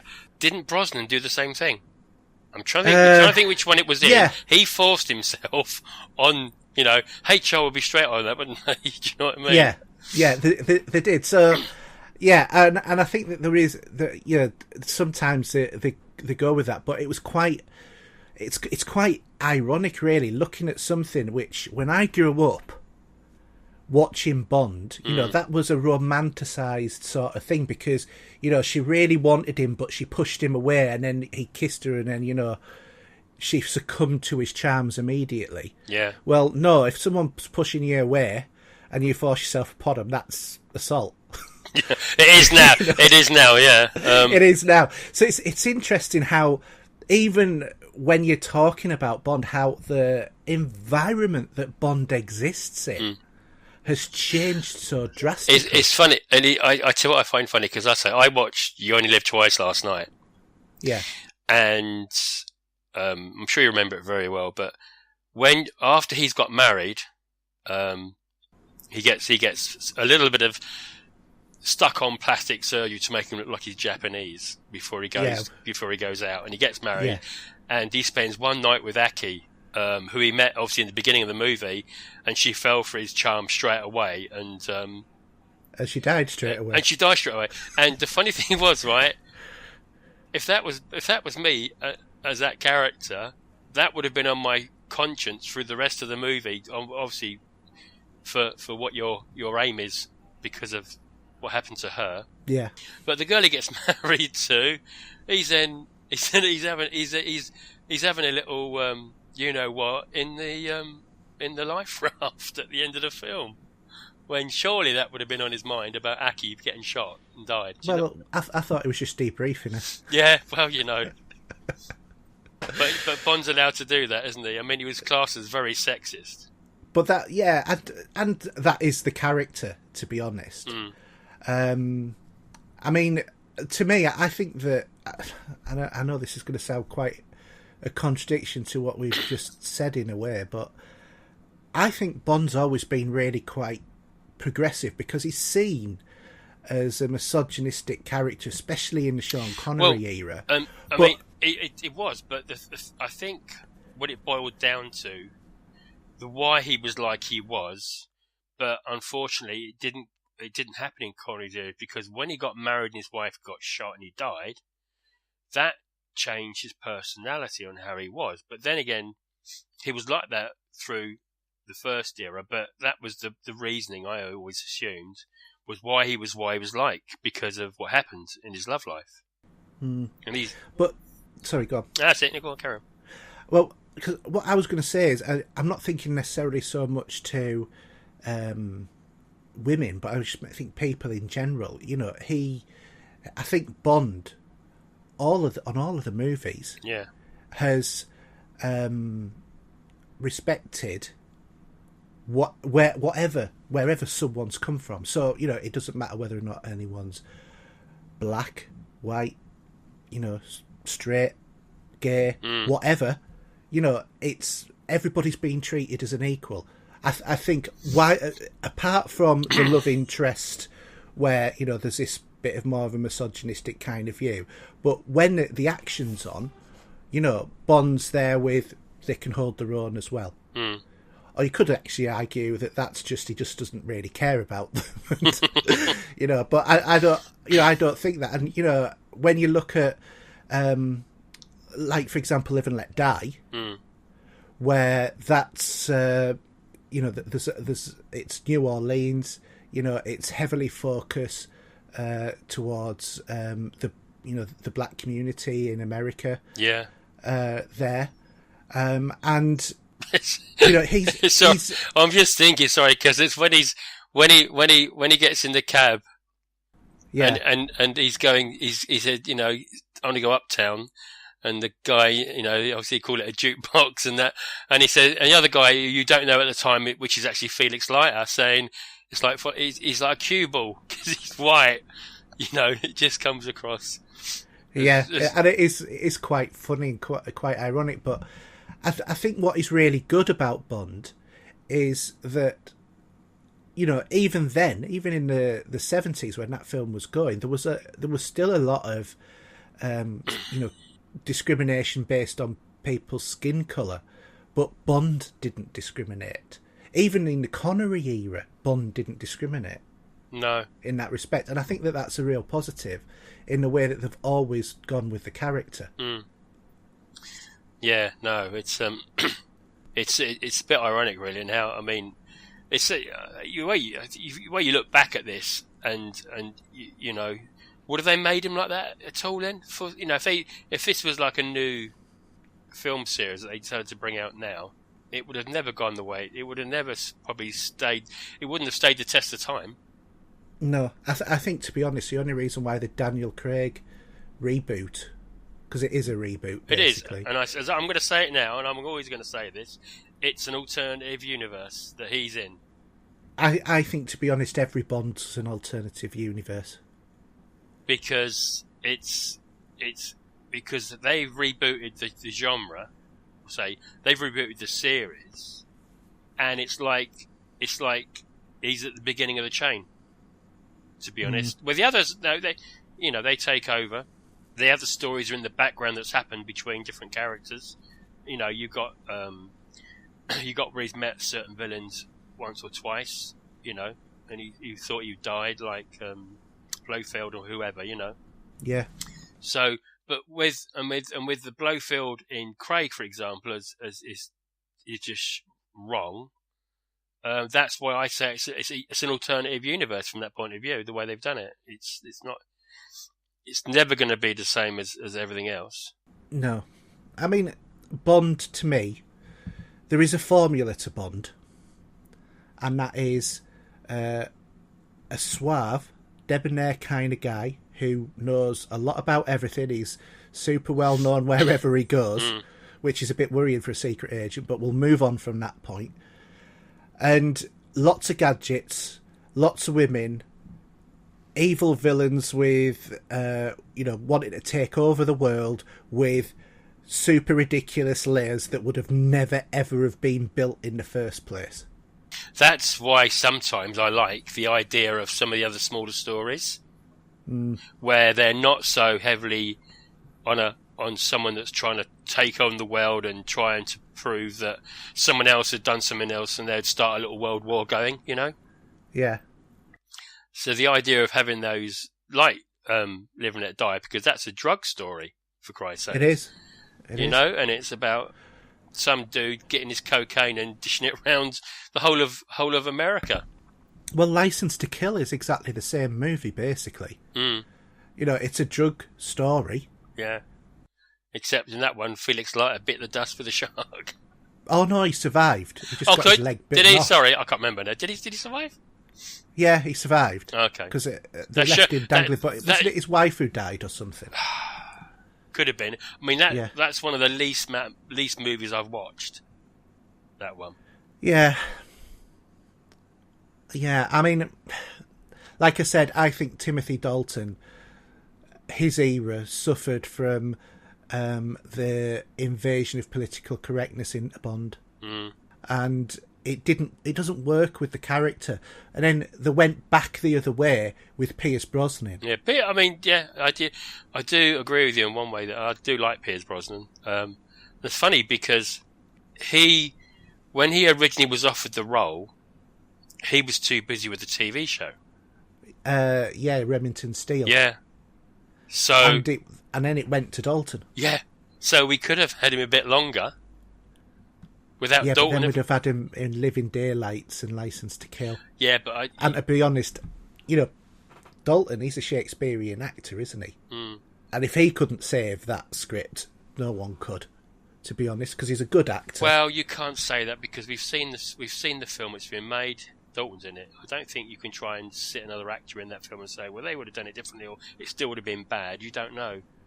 Yeah, I feel I don't think it would have made a difference who you'd have put in there. Yeah, no, I must admit I bumped into two members of the production team that did all the Bond movies who got involved, and I did tell them my thoughts and how I thought, and I did praise for what they've done. Because I think it's IO Productions. I can't remember now. The company. Eon.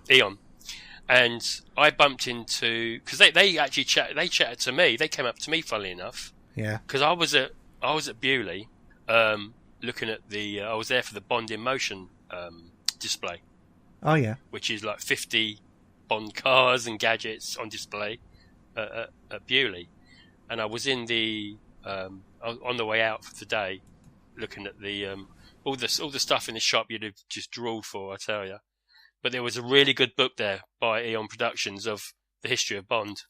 And they said, "Oh, do you like the book?" I said, "Yeah." And we just had a little chat, and I said, you guys keep it going. I just gave them some praise for it.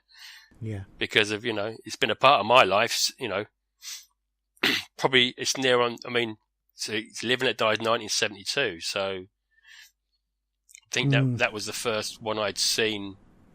The memory serves for that, and yeah, it's near enough all my life. To be honest, I think that the first one I saw, or the first one I remember seeing, was either I think it was You Only Live Twice, but it was obviously when it was on TV. Yeah. But in that case, what did you think when you saw Bond get shot at the beginning? I was too young to really contemplate it. Do you know what I mean? Because you thought, hold a minute. The main character's died already. This is going to be a rubbish movie. I have to admit, though, wasn't that just like really such a over-the-top, stupid, elaborate idea? Well, it got him out of the way. That was the idea, wasn't it? Yeah. Then he just goes around and said, "My name's Bond, James Bond." Yeah, and he did enjoy the Peking duck that night, didn't he? Yes, that's true. So, but I mean, in terms of Daniel Craig, should we talk about this? Because I think this is really where we divide quite drastically, isn't it? Well, I don't mind him as playing Bond in this alternative universe. And he's, as you say, he is a Jason Bourne style character. Yeah. And I loved Casino Royale. Brilliant film. Absolutely loved it. It was a bit ridiculous where he got shocked to restart his heart, and then he was perfectly all right, and then he went to play cards. Well, that's Bond, though, isn't it? You know what he's like. He'll as he does, he'll just get his big dicky bow or whatever he's got penguin suit, just put it up and right, move it so I'm fine. I'll carry on now. That's what he is, isn't it? Yeah. But you don't like Craig at all, do you? Full stop. You don't really like him. No. Now, what I'm going to say right now, up front, is Daniel Craig, I think, is a terrific actor. I loved him in Layer Cake and other stuff that he's been in. Yeah, good movie. Yeah. But I hate his version of Bond. In a matter of fact, I would say I think I prefer George Lazenby as Bond than him. Reason... Go on. Sorry, go on. No, go on, carry on. I don't want to stop your flow. The reason being is Daniel Craig's Bond isn't suave and sophisticated in the way that Bond has always been. Yeah. In a matter of fact, he looks like an orangutan in a tuxedo that's been shaved. And that's the way he acts. And that's why I don't like that version of Bond, because they've taken the Bond formula and they've gone, do you know what? It's worked for 19 movies. We don't care. And they've thrown it out of the window. They could have modernised it without losing so much of what made Bond Bond. Well, do you think it went a bit... I mean, to be honest, if you go back a little bit, I think where it could have lost the plot was with Pierce Brosnan. Was it Pierce Brosnan with the Invisible...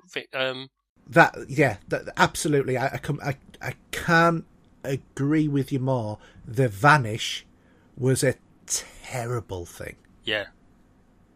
They lost the plot at that point, to be honest. Yeah, but that's where I say you can have a good Bond, but you can not necessarily have a good story. No. And that whole story was pretty poor, but the other ones up until then had been okay. Yeah. And I didn't like Spectre as much as it was all right. I would say it's okay, but it wasn't. It didn't. Some places didn't feel right to me. No, I'm going to say something. I know that some of the listeners will be thinking whatever, but for me, Spectre was the worst Bond movie ever created. And that has to go under the low bar of being worse than From Russia With Love, which I really used to hate. But I, with a passion, hate Spectre. And the reason being, again, it goes back down to this modern interpretation of Bond, but also something that we have in a lot of shows now, a lot of films, which makes everything very predictable. And that is, right, this is a spoiler warning. Flip forward if you haven't seen Spectre and you want to see it and you don't want to be spoilt. But that is where they turn round and they make Blofeld his adopted brother. No, yeah. That is the most stupid. Whoever thought that idea should be... They need to be sent to hell. It's terrible. Whether or not Sam Mendes okayed it, I do not know, but, you know. It's terrible. It really is the worst choice of a plot twist that they could have done. It would have been better to have had Pierce Brosnan walk out of the shower and go, wow, that was a funny dream. Yeah. But do you know what I mean? It would have... It was terrible. The idea of having Spectre, and it was good because because it was a reboot of the series. I thought this could be interesting because we're bringing back Spectre that we, were involved at the beginning. Exactly, that was it. Spectre was part of Bond. Yeah, the same as Moneypenny was. But no. It just doesn't work on so many levels, and it shows such disrespect to every other Bond film that has gone before. In a matter of fact, I think that the only directing choice that has been worse as some of the choices that have been made in the latest Star Wars film, to be quite honest with you. But you haven't seen that, so I'm not going to talk about that. No. We're not going to go down that route, and we're probably going to... Yeah, forget that. Yeah, but it's unfortunate, but the franchise is still strong. It is. There's another film coming. Well, evidently Daniel Craig signed up for 2 more. Yeah. So I'd read. But I think everyone hopes that the script's going to be better than the last one. Well, it couldn't go any worse. What about, as this is a reboot, what if they actually remade one of the other Bond movies? Would that be would that be acceptable or not? No. I don't think it would be. Because these days Hollywood does it all the time now.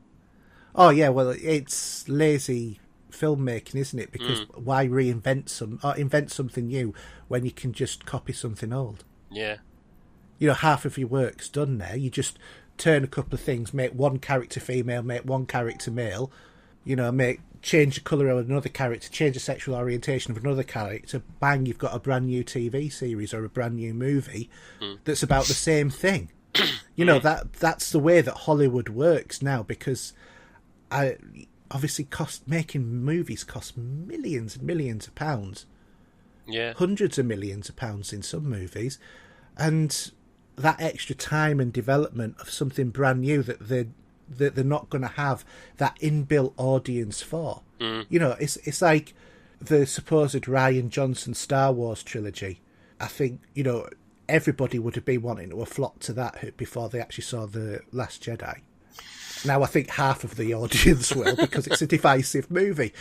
But do you know what I mean? Because you already know what kind of what you're getting. Whereas if you invent something new, you know, how many new film franchises have come up? Pacific Rim, that's starting to turn into a bit of a franchise, isn't it? Well, I think we could go off topic and say there's too many DC comic movies, Marvel. There's too many. This is the thing. I mean, it's gone stale with what we're getting sometimes, and yeah, I agree. But they're investing millions and millions of dollars. They can't afford for movies to not go, which I think is why we get these rebooted movies and TV. And you know, they've really changed Bond. But I don't think it's for the better in comparison to the last. And you don't do the dirty on your source material, which I feel that these ones have. So moving forward then, we never really mentioned, what's your favourite gadget? Oh, my favourite gadget is Little Nelly. Yeah, which I saw last night. Yeah, so those of you who don't know what Little Nelly is, Little Nelly was the helicopter... Gyrocopter, isn't it? Is it gyrocopter that Q, or Major Boothroyd, as he's otherwise known as, brought to Bond on You Only Live Twice, and then he flew and found the volcano. I would call that a vehicle more than a gadget, to be honest, because I do like that. But Scaramanga's gun. Yes, but that's not a Bond gadget. That's it's a gadget in the film, isn't it? Because it's still a gadget. It is, yeah. I mean, I quite liked the wrist dart thing on Moonraker. Yeah. That was quite cool. That and yeah, something similar in You Only Live Twice, where he had the cigarette with the dart in it. Yeah. While I'm watching TV, can I have a smoke? Can I have a smoke, please? You know. Yeah, so, definitely. There is, you know. But no, I don't think they will ever go out of circulation, these movies. I think they're here to stay in the forms they've been in, and you know, I think generations to come. I know it will fit every person has their favourite Bond because of what age they were. Yeah. So it's like Doctor Who, isn't it? Yeah, exactly. So anyway, going on to the similar sort of questions, Mark sent me in a question, and he asked, who are our favourite Bond villains and Bond girls? Well, I'm going to put the villain with my Bond movie, actually. Yeah. Which is Goldfinger. Yeah, odd job. And I think that pairing was smart, and it was realistic. It was a heist. They were breaking into the gold depository in the United States of America. But not to steal the gold, to irradiate it. Yeah, but do you know what I mean? It was like a heist job for them. Yeah. You know, all meeting around the table of, you know, it was like Doc Brown in Back to the Future with his little set. Do you know what I mean of what they were going to do? Yeah. But it's just a brilliant film. I really love that one. I don't have to watch it again and again because I know it line by line, scene by scene in my head. Yeah. You know. So that's a henchman, isn't it, rather than a villain? Yeah, well, the villain was Goldfinger, the henchman was Oddjob. Okay, fair enough. Yeah. So, and your favourite Bond girl? Jane Seymour. Yeah, well, she was voted the most beautiful woman in the world at one point, wasn't she? Yeah. For me, best Bond villain. You're going to say Jaws, aren't you? No, because he's a henchman. Oh, yeah, okay, yeah, henchman, yeah, all right, I get what you get. Yeah, I'm going to say my favourite villain has got to be Blofeld, the Donald Pleasance one. And You Only Live Twice. Yeah. So he's my favourite villain, closely followed probably by Drax or Scaramanga. No, I would put Scaramanga there. Drax, nah, he's a bit weak. I don't know. He built the space program, didn't he, on it? But Never, yeah, he was a hit. He actually was a hitman, wasn't he? Yeah, Scaramanga was the opposite of Bond. Yeah. Basically. But yeah, I did love Christopher Lee as Scaramanga. So, henchman, I've got to say Jaws. Because he has the most ridiculous, unique selling point as a villain. He bites people.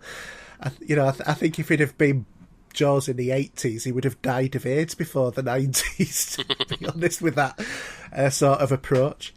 But yeah, that was, I grew up with Jaws, and it's like, I mean, I just loved him as a character. Well, I mean, that was, for you, You Only Live Twice as... Oh yeah, it's my quintessential Bond movie. Yeah. And again, it's an age thing as well, isn't it? It is. I suppose it is, yeah. But so Bond girl. Who did you say? I said Jane Seymour. That was it, yeah. Well, Bond girls is really a tough one to actually say, isn't it? I would say, because I've always liked her since The New Adventures of Superman. Oh, okay, I'm with you. I'm going to say Terry Hatcher as Paris Carver. Yeah, but that's nice. Tomorrow Never Dies. That was a good shot the director had of her, wasn't it? Oh, yeah. But also Christmas Jones with Denise Richards. Yeah. And from my favourite movie, Major Anya Amazov, or Agent Triple X, played by Barbara Bach. Yeah. So they are my favourite characters or female characters in Bond.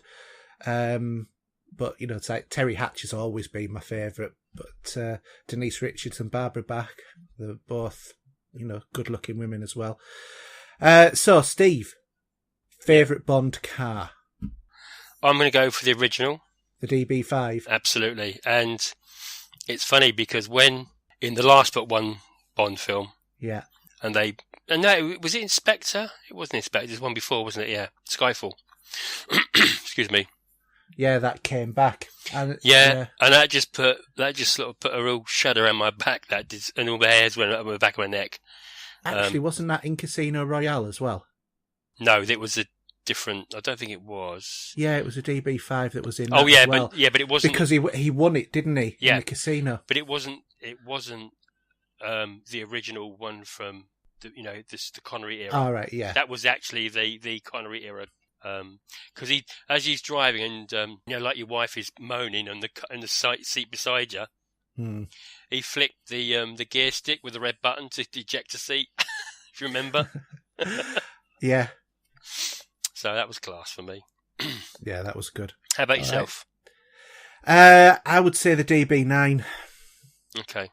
That was in, it's been in a lot of Bond movies, hasn't it, really? Because they haven't really much done with the design. So, Skyfall, Quantum... No, it wasn't Skyfall, was it? It's DB10 was in Spectre. So it's a DB9 that was in Skyfall. It was also in Casino Royale and Quantum of Solace. Yeah. And also the last Brosnan movie as well. I can't remember now. Yeah, because it was The Vanish. I have such a low point in Bond. Was that? I tell you, it's a shame. I don't if they ever do bring that tour back. The Bond in Motion. Yeah. What I'll do while I'm off, I would tell you what I'll do. I'll dig out. You won't believe how many photographs from that show. Yeah. Of all the different cars. There's Goldfinger's Rolls Royce. There's the boat from Live and Let Die, which they broke the world record on that jump. Yeah, so shall I talk about that quickly, about from the Untouchables? We did mention it, didn't we, earlier? Yeah. So there's two links to the Untouchables. Now the first one is obvious, which it's Sean Connery. Sean Connery. Okay. Now the second one's a little bit difficult, and it was only on me watching it last night that I noticed that the attorney looked very familiar. So I thought, I'm going to have a look on the Internet Movie Database. And I was right. He played Sheriff W. Pepper.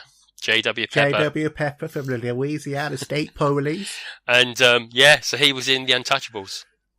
Yeah. Obviously, Man with the Golden Gun as well, because obviously he carried on that character. Yeah, unfortunately, he passed away recently as well, didn't he? Last year, yeah. Yeah. But that was interesting. That I thought, oh, okay. Yeah. Which actually leads me on to another question for you is, what are your favourite comedy moments in Bond? Because obviously Bond's all about the quips and the jokes as well. Mm. So what were the ones that really stood out for you? What ones did you like? 'Cause I can think of 4 that are, ones that amuse me. Yeah, I mean, this is obviously off the top of my head because... well, they're the best ones because they're the ones that really stick in your mind. True. I'm trying to think, actually... Was this, I think if I'm right, because obviously sometimes they do blend into each other. Yeah. In George Lazenby with A Major Secret Service, at the beginning, near the beginning of the movie, he's on the beach with this girl, if I remember rightly, and this guy's trying to sneak up on him. Mm-hmm.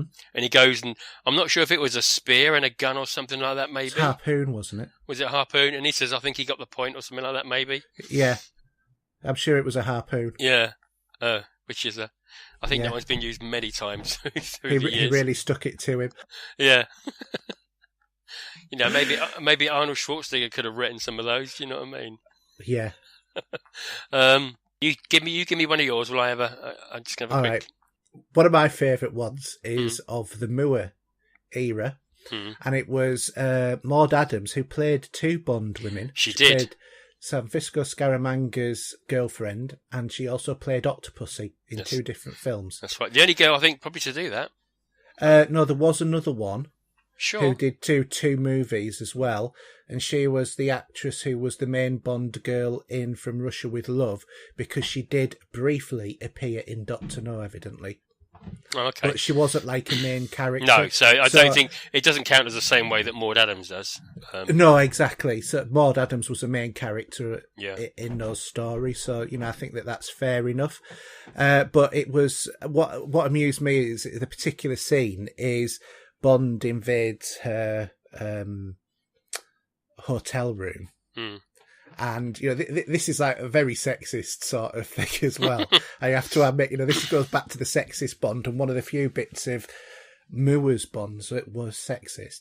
But it was where Maud Adams is having a shower and he opens up the door, points a gun at her. And, they have a brief exchange of words, and then she turns around and says, "Aren't you going to pass me something to wear?" So he passes her a pair of high heels. That's right, yeah. So that was quite amusing. Another one, I mean, another classic one again, Moore, because Moore had the best jokes, didn't he? Moore and Jaws' confrontation in Atlantis, where there is Jaws the shark in the in the pool below, and they're on that platform, and Moore just so happens where, just conveniently where this shark is as well, that there is a great big magnet. Yeah? Yeah. And where Moore, looks, and then Jaws jumps down, and Moore smiles. That cheeky smile that he always used to do. Yeah. And then he looks up so shocked as he lowers the magnet, and then the magnet connects to Jaws' mouth. That was just so funny. Here's one. In Octopussy. Yeah. You remember VJ? He was actually a tennis player, if you remember rightly. Yeah. And he says, "I hear the island is exclusively for women, no men allowed." And Bond, I think it is sexual discrimination. I'd definitely have to pay this a visit. Oh dear, that was quite funny. Let me think. Oh, I also like a line that Brosnan did. Yeah. At the end of The World Is Not Enough. It's just a quick one-liner when they're going, "Where is Bond?" Yeah. And then it shows you, them two, and obviously they're in bed. And he goes, "It's funny, I thought Christmas only came once a year." Yeah, no, I remember that one. Yeah. That's a classic line. And what about the one in Moonraker? Is it Moonraker? Oh, just take me around the world one more time. Yeah, and the other one is from, would it be The Spy Who Loved Me? Which is the one where... Oh, no, it is that one. It is the Moonraker, because then Q comes up and says, I think he's about to do re-entry. Yeah. That is Moonraker, yeah. I thought that's class. Yeah, it's just the way how they managed to keep it PG, but with those risque sort, it's almost like Carry On sort of humour, isn't it? Really? It is very sort of that sort of style. Yeah. But then again, there's some things that aren't quips, but they're obviously in your head. Yeah, well, I'm thinking of when you say that on the Brosnan movies. Whenever Bond was in a vehicle and in a chase, there was always a moment where he'd adjust his tie.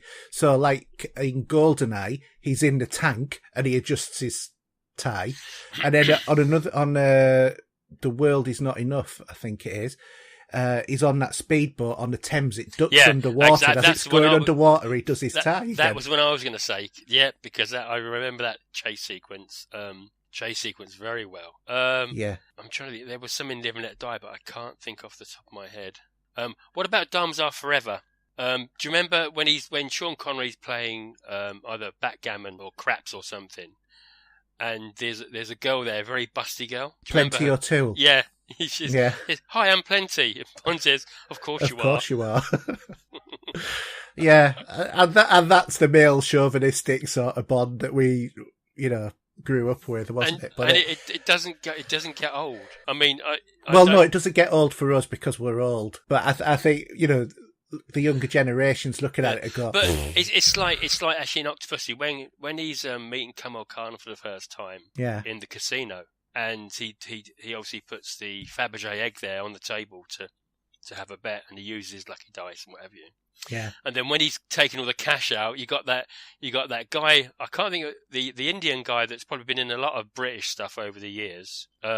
He's putting the money in his coat, in his jacket, sorry, and he says to him, "Here you go. This is keeping curries for a few years." You can't say that.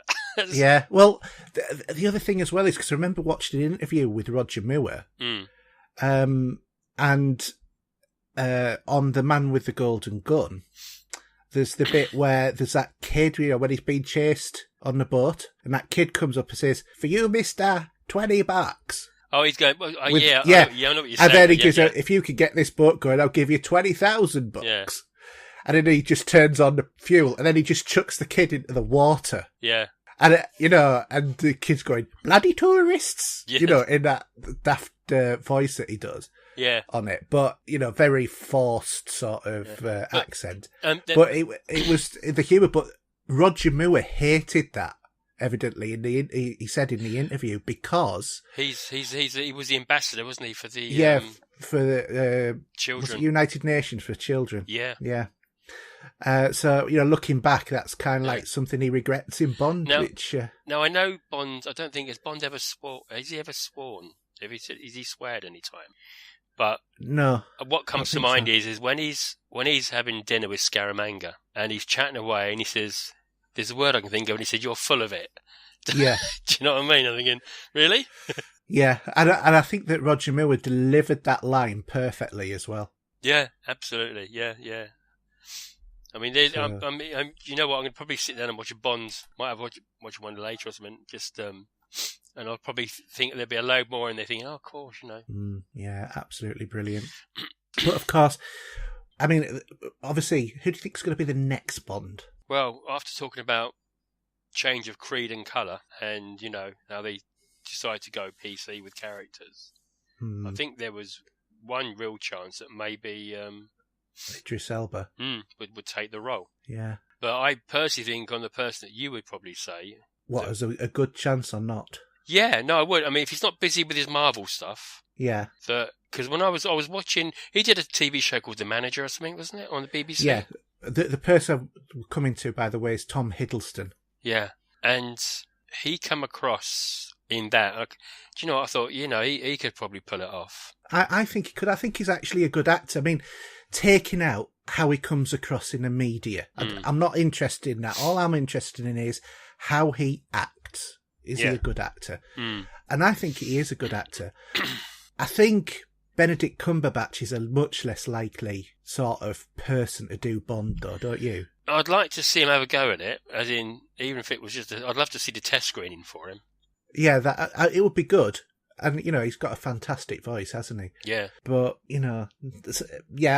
well, so you agree with me then, Tom Hiddleston would be a good one. Yeah, I do. Because he's got the charm, he's got the swagger, he's got the accent, he's got the Bond look. And and as you said before, the performance in The Night Manager shows he can do that kind of role.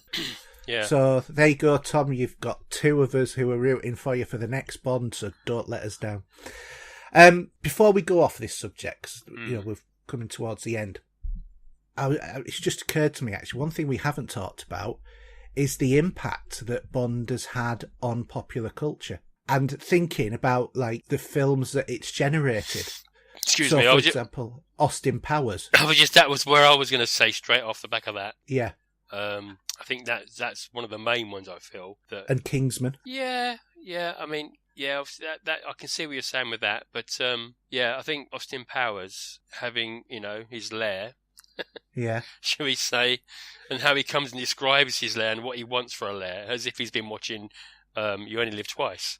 Yeah, exactly. He wants his own island with a volcano and with sharks with frickin' lasers. Exactly. Yeah. And number 2 is there says, well, it would be much better if we go into real estate. But Mike Myers in application of James Bond general theme was brilliant, absolutely brilliant. He parodied it perfectly, I think. All right, Goldmember was a bit naff, but the other two were absolutely superb. I thought I really, really enjoyed those films, and I still watch them today. I just wish you'd release them on better quality than DVD. Well, it's like you think. I mean, I know we're off topic a little bit, but like when they did the introduction to one of the films that he did with playing that character where Tom Cruise was in the beginning. Oh yeah. Yeah, that was so good. That was funny. That was just just brilliant. Really good. Yeah, but where he brought in the humour, like, for example, where he was always walking around naked, but there was things strategically placed. Yeah. All of that sort of stuff as well.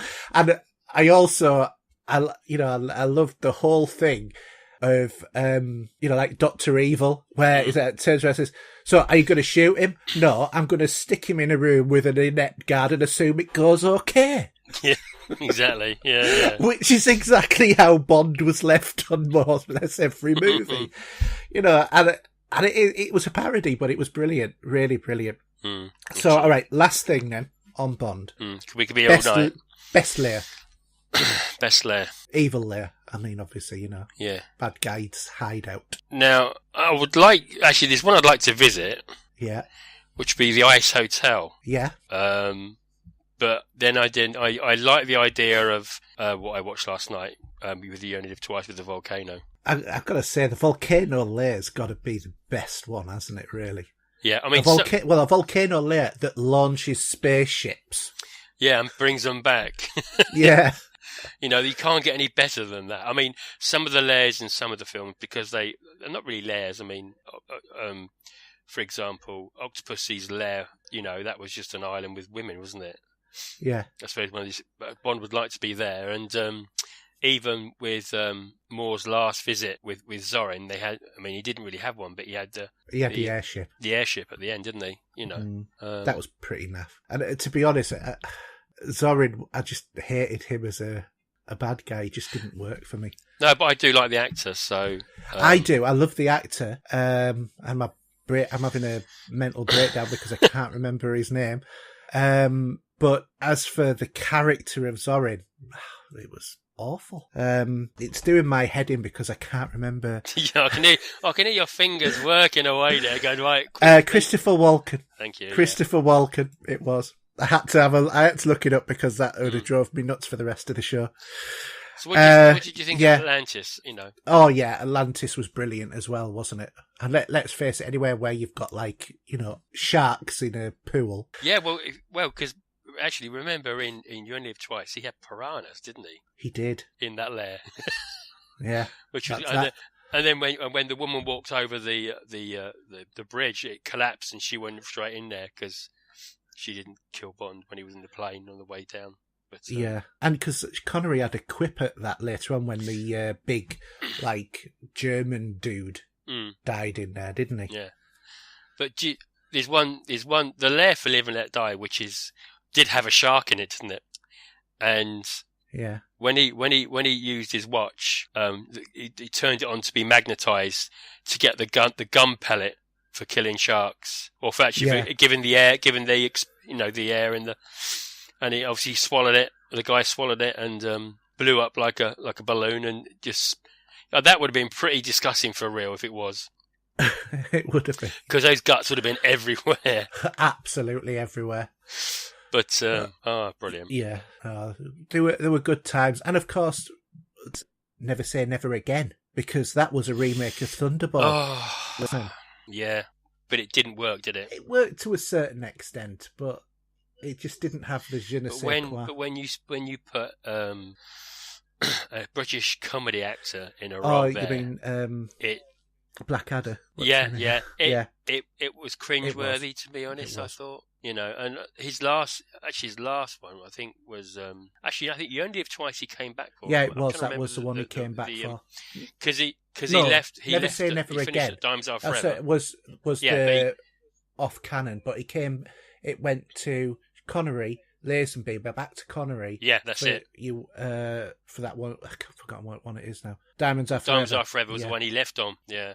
But that was a great one. Oh, I love that movie. That again, that lair in that one was an oil refinery at sea, wasn't it? Much like it was on Doctor No. Yeah. Well, actually, that was on land, though, wasn't it? That was on the land. But this one was an oil rig. No one was an oil rig, wasn't it? No, sure? That wasn't. I'm positive because I remember. Yeah. Oh, yeah, because that was the one where they land kept swapping that cassette, and it had the Scottish music on. Yeah, that was the bands for the signals for the satellites on which had the diamonds in it, obviously, which was because of course we all know that supercomputers choose a C60. Yeah.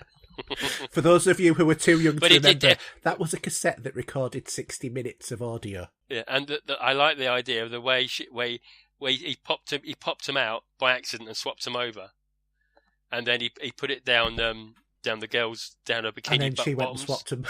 and swapped it again. Yeah. Yeah, that was funny. Anyway, I think we've done Bond, haven't we? Or we might revisit it a different way in the future. Should we do a little bit of the community bit? Yeah. We've got some ones where people have said what their favourite movie is, have we not? Yeah. While I'm searching for that a minute, do you want to just reel off their favourite Bonds with a little poll? Right. Yeah. Let me just find it in the notes. Did we not mention this before? No, we haven't. Oh, okay. So, surprisingly enough, David Niven and George Lazenby got no votes. And if anybody's saying, David Niven, he's never played Bond, well, actually he has, because it was in Casino Royale, the original version. Exactly. Yeah. Timothy Dalton came 5th. Roger Moore came 4th. Pierce Brosnan came 3rd, which is surprising because he was at number 1 for most of the poll. But then he just got nipped at the post by Daniel Craig and Sean Connery as number 1. Yay! Yeah. Well, I just think you got your friends to actually start to swing it, didn't you? You created a lot. I was wondering why we had 20 new people coming in, because you created new ones so you could get it to see Sean Connery. Yeah, that's it. Okay, so do you want to give us the top movies that people have said? Okay, so I'll read as many of these as I can, if they're all here. So Ben Sorway said Goldfinger, which he said was the quintessential Bond. Ben Taylor said Man with the Golden Gun and loved Christopher Lee as a super baddie. Clive Peacock said GoldenEye. Michael Edwards said The World Is Not Enough. Christopher Todd said Live and Let Die. Tom Warren cheekily gave us 2 with GoldenEye or Moonraker. Brian Hamilton gave us GoldenEye. Ian Russo said The Living Daylights because it starts here in Gibraltar, so that's where he lives. John, and of course, Ian has provided the jingles and the theme tune for our show. yes, which So thank him thank for you, that. Ian.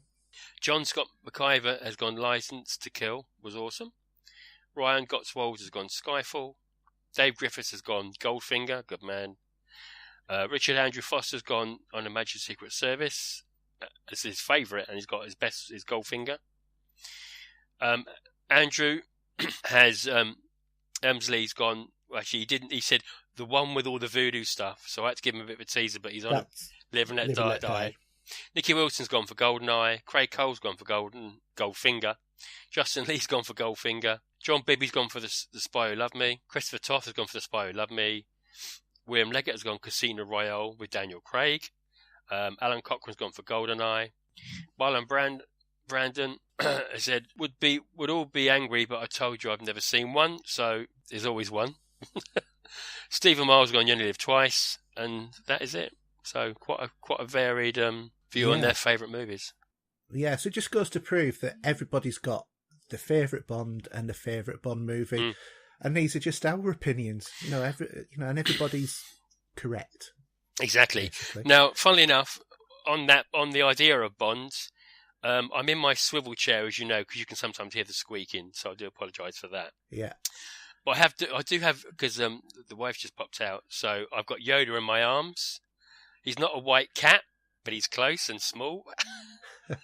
So I'm sitting here like Blowfield at the minute, stroking Yoda. Brilliant. So, okay, so hope you've enjoyed this in-depth analysis of what we feel about Bond and why we love it. Obviously, this is going to be another part of the show. We're going to do lots of different things.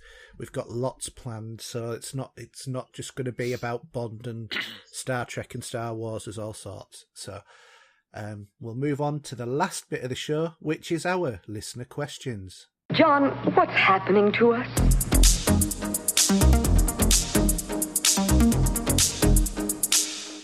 So we have had an absolute load of questions. So thank you very much, guys, for sending all of those in. And we're going to kick off with Mark, who's asked a couple of questions. So which major game series or franchises can you not just not be bothered with? So Steve. Franchises I'm not bothered that I can't be arsed with. Excuse me.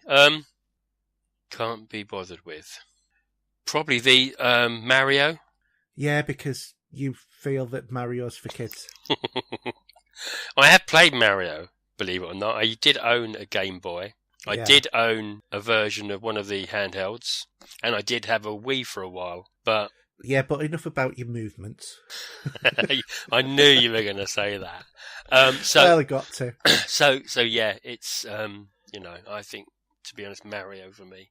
He's a bit long in the tooth now, to be honest. I have to admit, Mario's not the traditional platformer's not my favourite as well. But to be honest, I mean, mine is FIFA. Just no interest. Well, in you're it not a sports. But I'm not a football fan at all. But I'll play it. Don't like watching it. Bores me stupid. That's okay. I understand that. It's. But each to their own. Yeah, we'll never be talking about football on this podcast. And there you go. No, we won't. Okay, so second question is, will either Sony or Microsoft release a new handheld gaming device in the next 2 years? Well, Microsoft will release some sort of peripheral within the next year, I reckon. Hopefully not made out of cardboard. No, and it won't be a handheld. It's more likely to be something to plug into the Xbox. Maybe its own version of a camera, maybe, or some sort of device, or even a version of Alexa. But that's not going to be a handheld gaming device. No, I'm just putting it out there. Yeah, but no, I think you're right, because at the moment with the dropping the support for the Kinect, they're making a rod for their own back for people who want to stream. Yeah. I mean, for me, I think Microsoft already have the handheld gaming market covered. And I bet you're thinking, how? Yeah? Mm-hmm. Tablets. Windows tablets. Yeah. You can buy games on there and you can play them. And Windows Phone. So I think that they're already in the gaming market, pretty much similar to Sony, where, they've got the, Android phones that they do, but also Sony have the Vita, but Vita supports next to nothing now. And it would be nice to see a new version of the Vita come out, but I don't think we're going to see it because I seriously think Nintendo is so strong in this area. And everybody who you talk to, or everybody who I've talked to about the Switch, they've all said the same thing. I play it handheld. They don't play it on the big TV. No, because if you want to play a Skyrim, for example, it's going to look awful on a 42-inch TV. Yeah. And I don't mean that nastily towards a console, because it's a great little console. But to me, I think what we'll see this year is the 3DS going. That whole, the DS, and I think that what you'll probably see is the Switch being offered in two varieties, a handheld version, which will be just the console and the Joy-Cons, and the full package, which will include the docking station, but you'll be able to buy the docking station anyway. That's my prediction. Whether or not it comes true or not, I don't know. But that, to me, the only people who really are competing with Nintendo within the handheld market are presently Nintendo. Yeah. I mean, people seem to think Sony would bring another version, but I don't think it's needed, to be honest. I really don't. I have to admit, I don't like mobile gaming. No, I don't. That's why I wouldn't. That's why I'm not keen on it at all. The idea of me having a PS Vita is so I can, when the missus puts EastEnders on, I can carry on playing Persona 5. Yeah. That's what it's good for me. See, I don't even use my Vita for that. No, because you've got your own room anyway, so it's slightly different. But yeah, well, that is if I can get on the PC. Oh, yeah.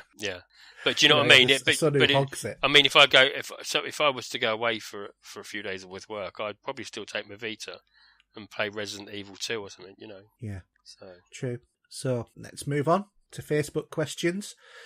Nikki Wilson asks, what cases from what console were your favourites? Mine is the PS1 double dual cases. I tend to agree with him. So do I. And haven't they brought them out as special editions with some of the PlayStation? No, you're thinking about Wipeout, aren't you? Yeah. Yeah, that was actually just a cardboard cut out because when I bought... Is that made by Nintendo? No, it's a PS label. No, I know, yeah.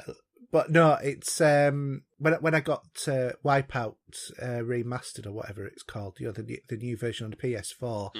One of the reasons why I thought, right, I'm going to buy that now was because it was in the original jewel case and it showed you the picture of that. Yeah, but when you got it was just a cardboard sleeve. You were looking at a picture. Yeah. Yeah, you couldn't see the detail, the way it had been done, but it did, I think, sell you up the garden path that a little bit. I think so, yeah. I think there's a lot of people that thought, that might be good. Yeah, definitely. So, there we go. We both agree. PS1 dual cases were the best. All of the others have all been pretty generic. Yeah, they're like, some of them are like, you get the old CD style cases, but they're all very, these Xbox and PlayStation, they're much the same thing, aren't they? What I am glad we've got rid of nowadays is those great big boxes you used to get. Remember the ones when, with Defender of the Crown, you'd have a 3.5-inch floppy disk in and a box that was about a foot tall and 8 inches wide and about 2 inches deep. Yeah, because you could shake the box and in there will be about a third of the space being used. Yeah, exactly. I used to hate those. It was just such a waste. Okay, so moving on to Michael Edwards. Is setting up a podcast a lot more of a faff than you expected? Probably not, actually. No, to be honest, it's pretty much exactly what I expected. I think the biggest problem for us, or the biggest couple of problems for us, has been identifying a service provider, which we've just ended up going for one that has been recommended to us and seems to be good value and gives us unlimited, so we can do as much or as little as we want. And the music and sound bites, and funnily enough, as we're speaking, Ian Russo has actually sent me the sound files. So cool. We'll have to listen to those later. Yeah, we've had a demo of the sound files of the main theme, which Ian's further developed with a bit of feedback from us, and he's done a segue as well. So, thanks for Ian for that. Ian does do music, so have a look at his website. I'll put a copy of his website in the notes for the show as well. So, but yeah, it's not it is a faff, but it's not that bad. To be honest, it's just there's a lot of things that you got to do, and one of the things that will be the most difficult for us is the couple of weeks that we're going to have to wait getting it through the iTunes classifications. Yeah, they take a little while, don't they? So you do.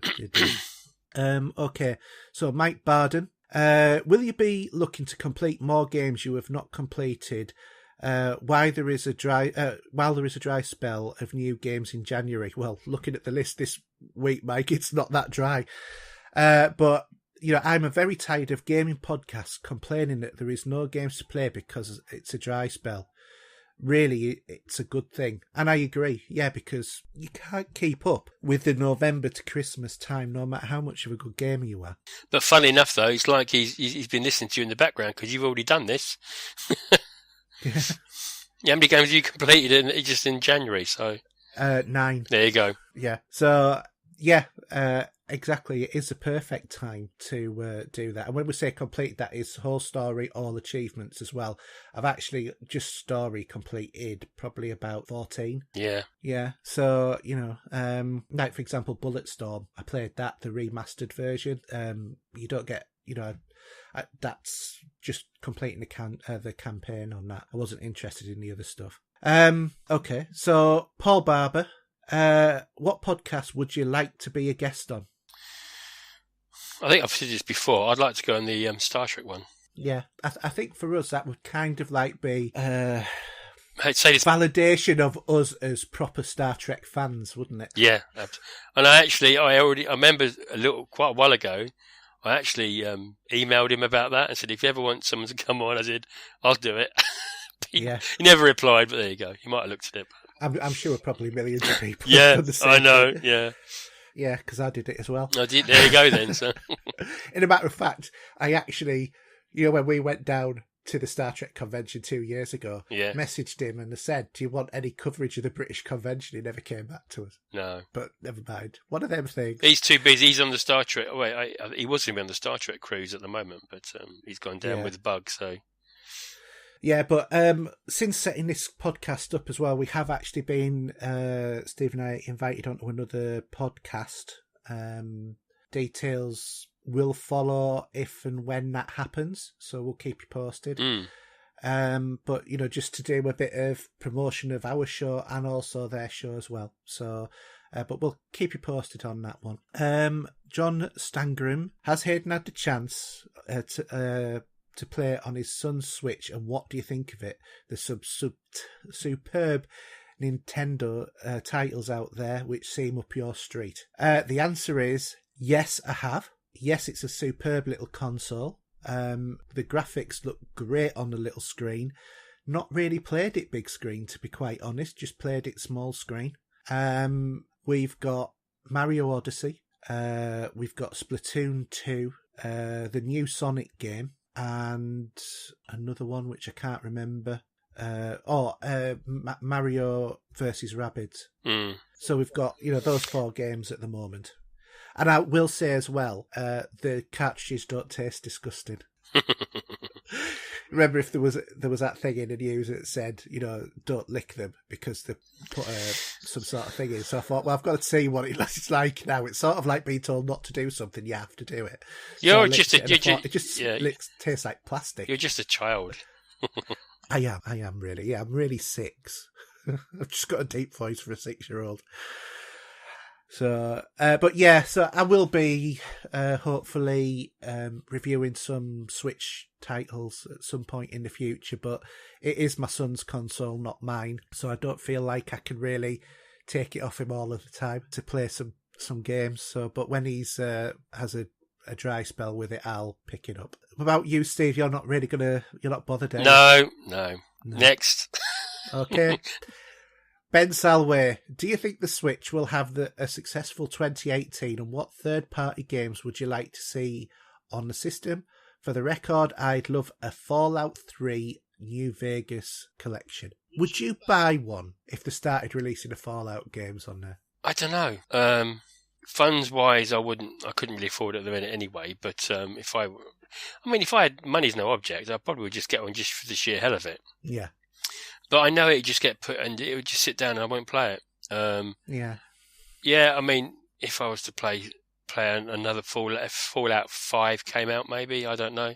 But I'm quite content how I play games at the moment. All right, I can play some older titles from the PlayStation on the Vita.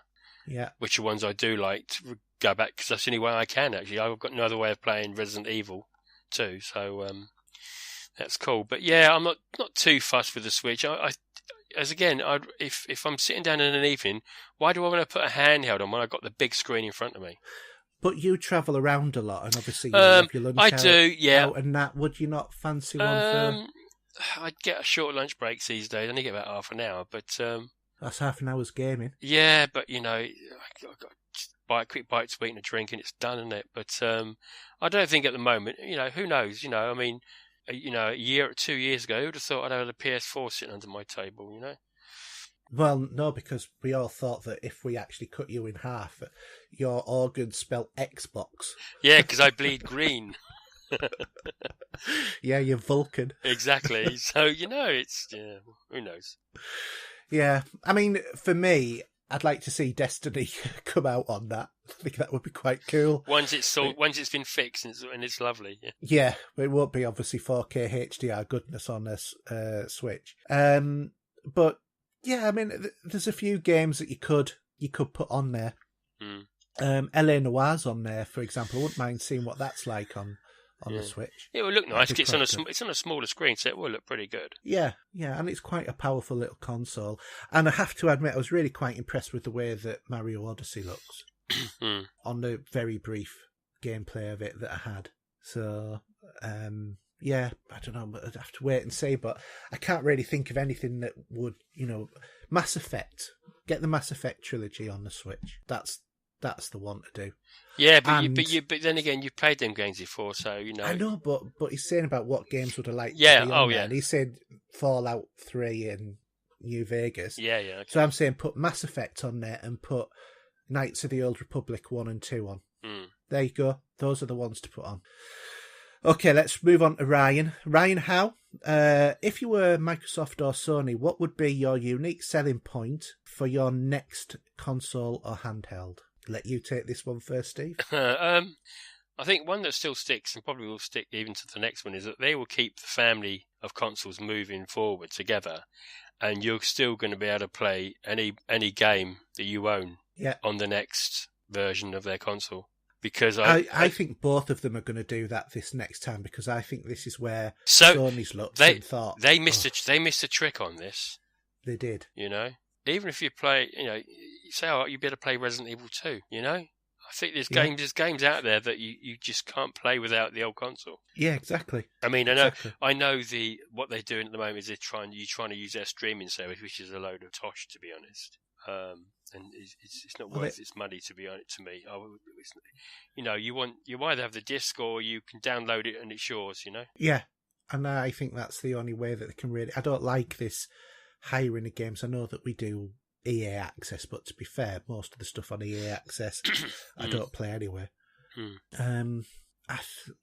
It's hard to say what your unique selling point is, because we don't know what's around the corner, do we, really? What's around the corner, but what I would like them to be coming along with in the next generation, because the screens are already coming out, is we're 8K compatible with however many, petaflops of processing power, and be able to bring us stunning visuals, great sound, and a good selection of games. What about, would you like some voice control? I'm not that bothered about voice control. Of any kind. I know people miss the Kinect for some things like that. I must admit, I don't miss Kinect at all. Well, sometimes I used to say Xbox record that. You see, I picked up, I didn't pick up, I already had, an Xbox chat pad plugged into the base of my Elite controller, and I've got the X1 and the X2 button set up to take a snapshot and take a video. Yeah, I mean, you can still do that. it's a 2-button process on your standard controller, but you know. Yeah, but if you've got the chat pad, you don't need that because you've got the keys to map them to. Yeah, yeah. And those chat pads are brilliant. And I this week picked up another 2. One for my son and one for my spare controller. £3.75 on sale in Tesco. Tesco seems to be doing a bit of... They do. And thank you to Adam for actually pointing those out to me in Tesco as well. He's one of our listeners and members of our community, so thanks for doing that. Yeah, that's cool. Yeah. Neil McBain, what are your guys' opinions on Labo? Go on, Steve. Well, we've just been there, haven't we? Yeah, we have. I think you said it was for kids, didn't you? Yes, I did. My thing is, I think it'll be probably quite expensive, and I don't think the stuff's going to last 5 minutes in the hands of children.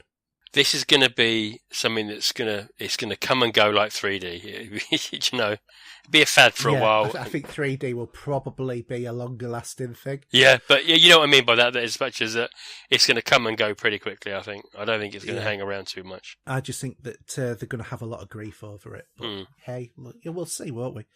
Chris Wells, I'm hoping a lot more MMOs will be announced for consoles this year. Do you guys play MMOs? I think there's only one we play, isn't there? Which one are you thinking of? Well, I know it's not massive multiplayer, but does Diablo come under that sort of? No, I don't think it does really.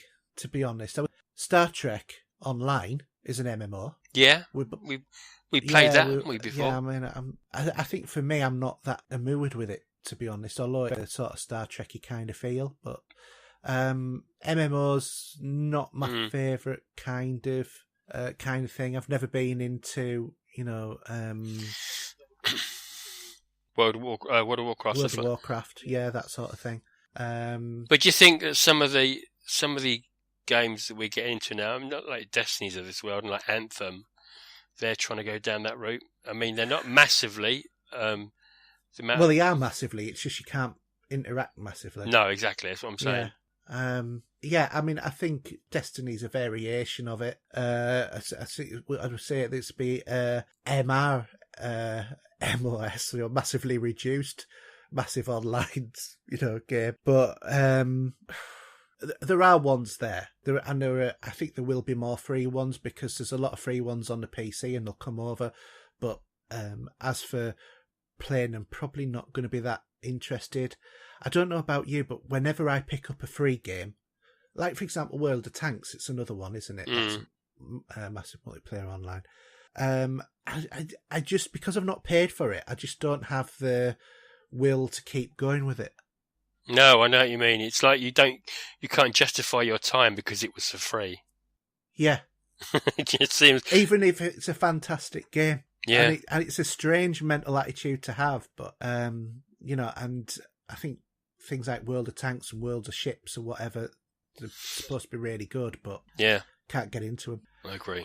Okay, so Steve Waddle says, now that you're off the leash, don't know what leash that was, but now that we're off the leash, what are you guys going to talk about most, Destiny or Star Trek?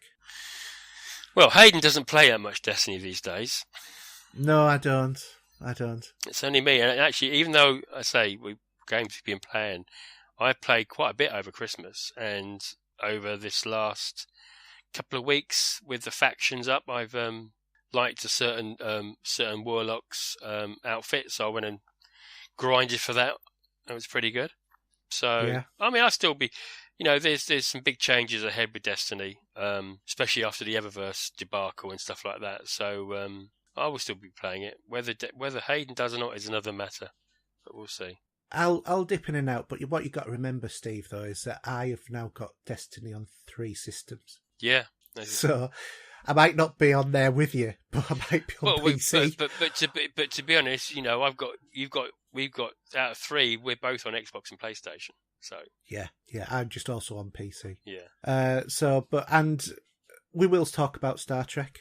I think that once this season of Star Trek's finished, we'll probably do a wrap up and our views and what we're hoping for the next season. Maybe, do you reckon? Yeah, well, maybe make that an extra show or something where it's not, so people aren't sick of it. So those that want to listen to the Star Trek spoiler cast of some kind, maybe. Yeah, That might be the best way around it. Just like we'll do Star Wars, just like we'll do all sorts of other things. So, there's loads of stuff. And I think the Facebook group can actually, if they want to give us some ideas of with a sort of debate like we've done with Bond, what they would like to hear us talk about as well. So, get them involved. Yeah, we can pick the ones that we feel like we can contribute to. Yeah, absolutely. So, okay, so moving on to Justin Lee. How about doing a book club style feature every month where you pick a game up or a film to play or watch and talk about the show? Could involve the community, also doesn't have to be the latest release. Kind of like this idea. So thanks for the suggestion. Yeah, and I still think, because I know I was gobsmacked that you've never seen The Great Escape. I haven't for years. Because I remember saying to you, have you ever seen it? And you said, no, you hadn't seen it. So No, with Steve McQueen. Yeah. I've seen bits of it rather than the whole film. But See, that's just a classic 60s war movie, I know, but the thing is, war movies are not my bag, particularly. I've never watched Saving Private Ryan right the way through. Really? And I'll tell you another film I haven't watched because I have no interest in it at all. And it's one of the best movies of all time, and the title of it's gone out my head and I've remembered it again. The Shawshank Redemption.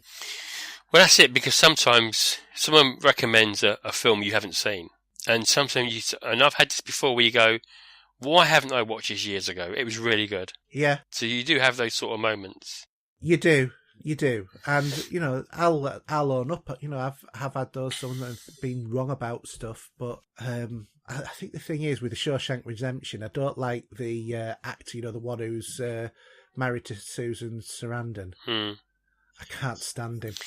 But we could. Whether it's games or depending on what games we have, but yeah, with movies, we've got a bit more of a free reign there because there's a lot of films on Sky, so and Netflix. So there's other ways of picking up a certain movie that we might not actually own. Yeah, very true. Okay, we'll move on to Craig Cole. Good luck, guys. Quick question. What TV show would you like to be brought back? For me, it'd be Blake 7. There was always talk of Blake 7 coming back, wasn't there? There is. And I thought it was got the green light, but it went back to red, I think.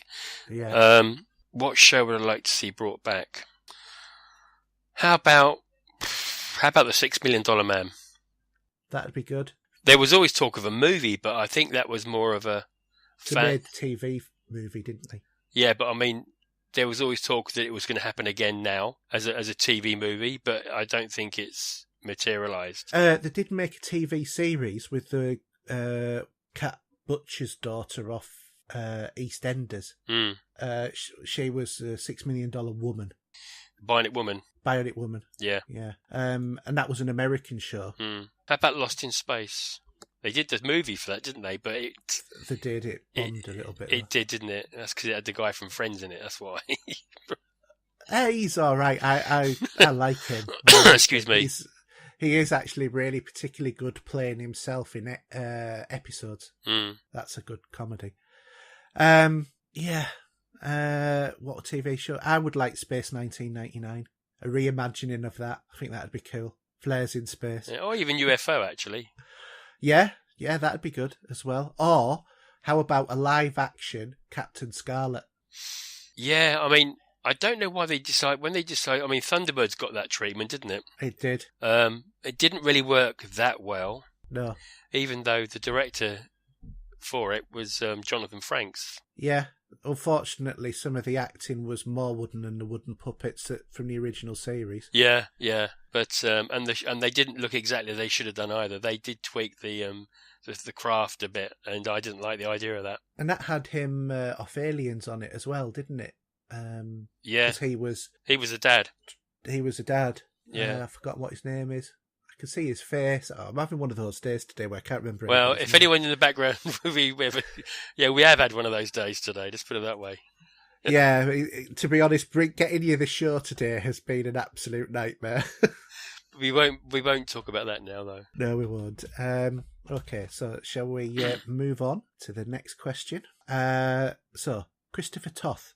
bacon sandwich or sausage sandwich with brown sauce or ketchup? Well, there's something my missus never remembers for me. Now, when I have a bacon sandwich, it's got to be a toasted sandwich. Uh-huh.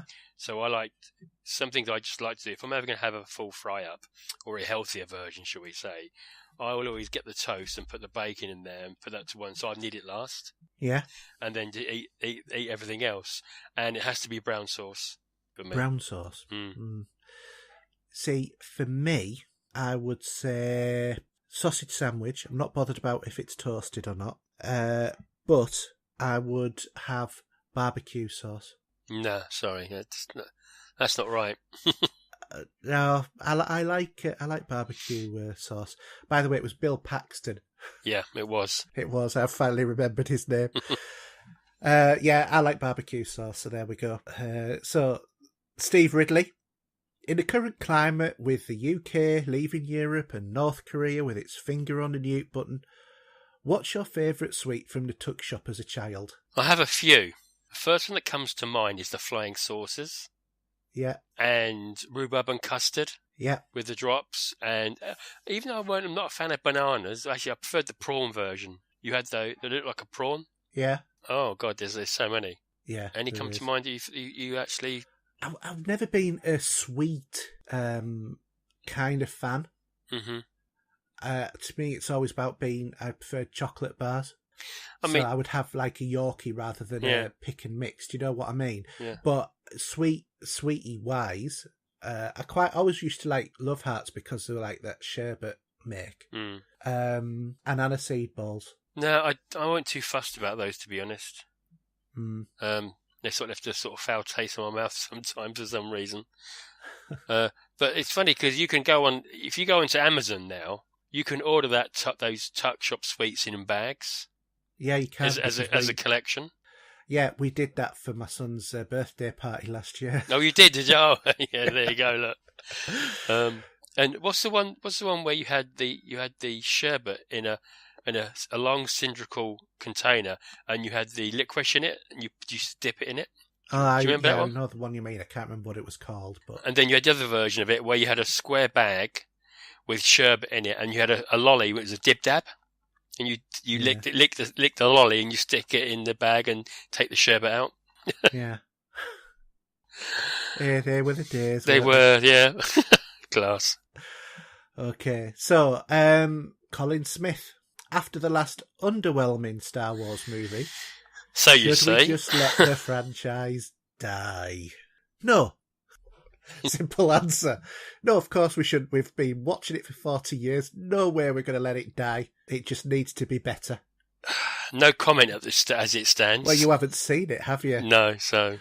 But it is one of those movies, as I'm sure you will have heard, is very... It's a Marmite movie, isn't it? With the that's enough. Audience. No, no more. 50% of people like it, 50% of people hate it. I really, really want you to watch this film so we can have a proper talk about it. Well, when I get the opportunity and it's available to me, yeah, we will. Yeah, but I can't wait for us to have a good conversation about this. Do you mean a good moan? Because that's my feeling at the moment. Don't know any spoilers, so it's like I can't say. And it's like all I would say is I do hope that Disney fire Rian Johnson from his supposed next trilogy. If I can actually and they get Abrams back. Yeah, if I can stay away from the ending of what was the movie with Bruce Willis? Oh God, one where he actually played as a ghost. Sixth Sense. Yeah. I watched that very late in the day, and I did stay away from the spoiler on that.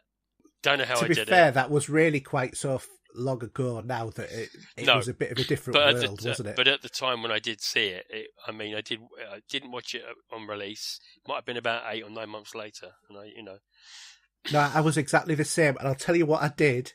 I watched it, and I immediately watched it again. Yeah. No, I watched it again because I hadn't sussed it.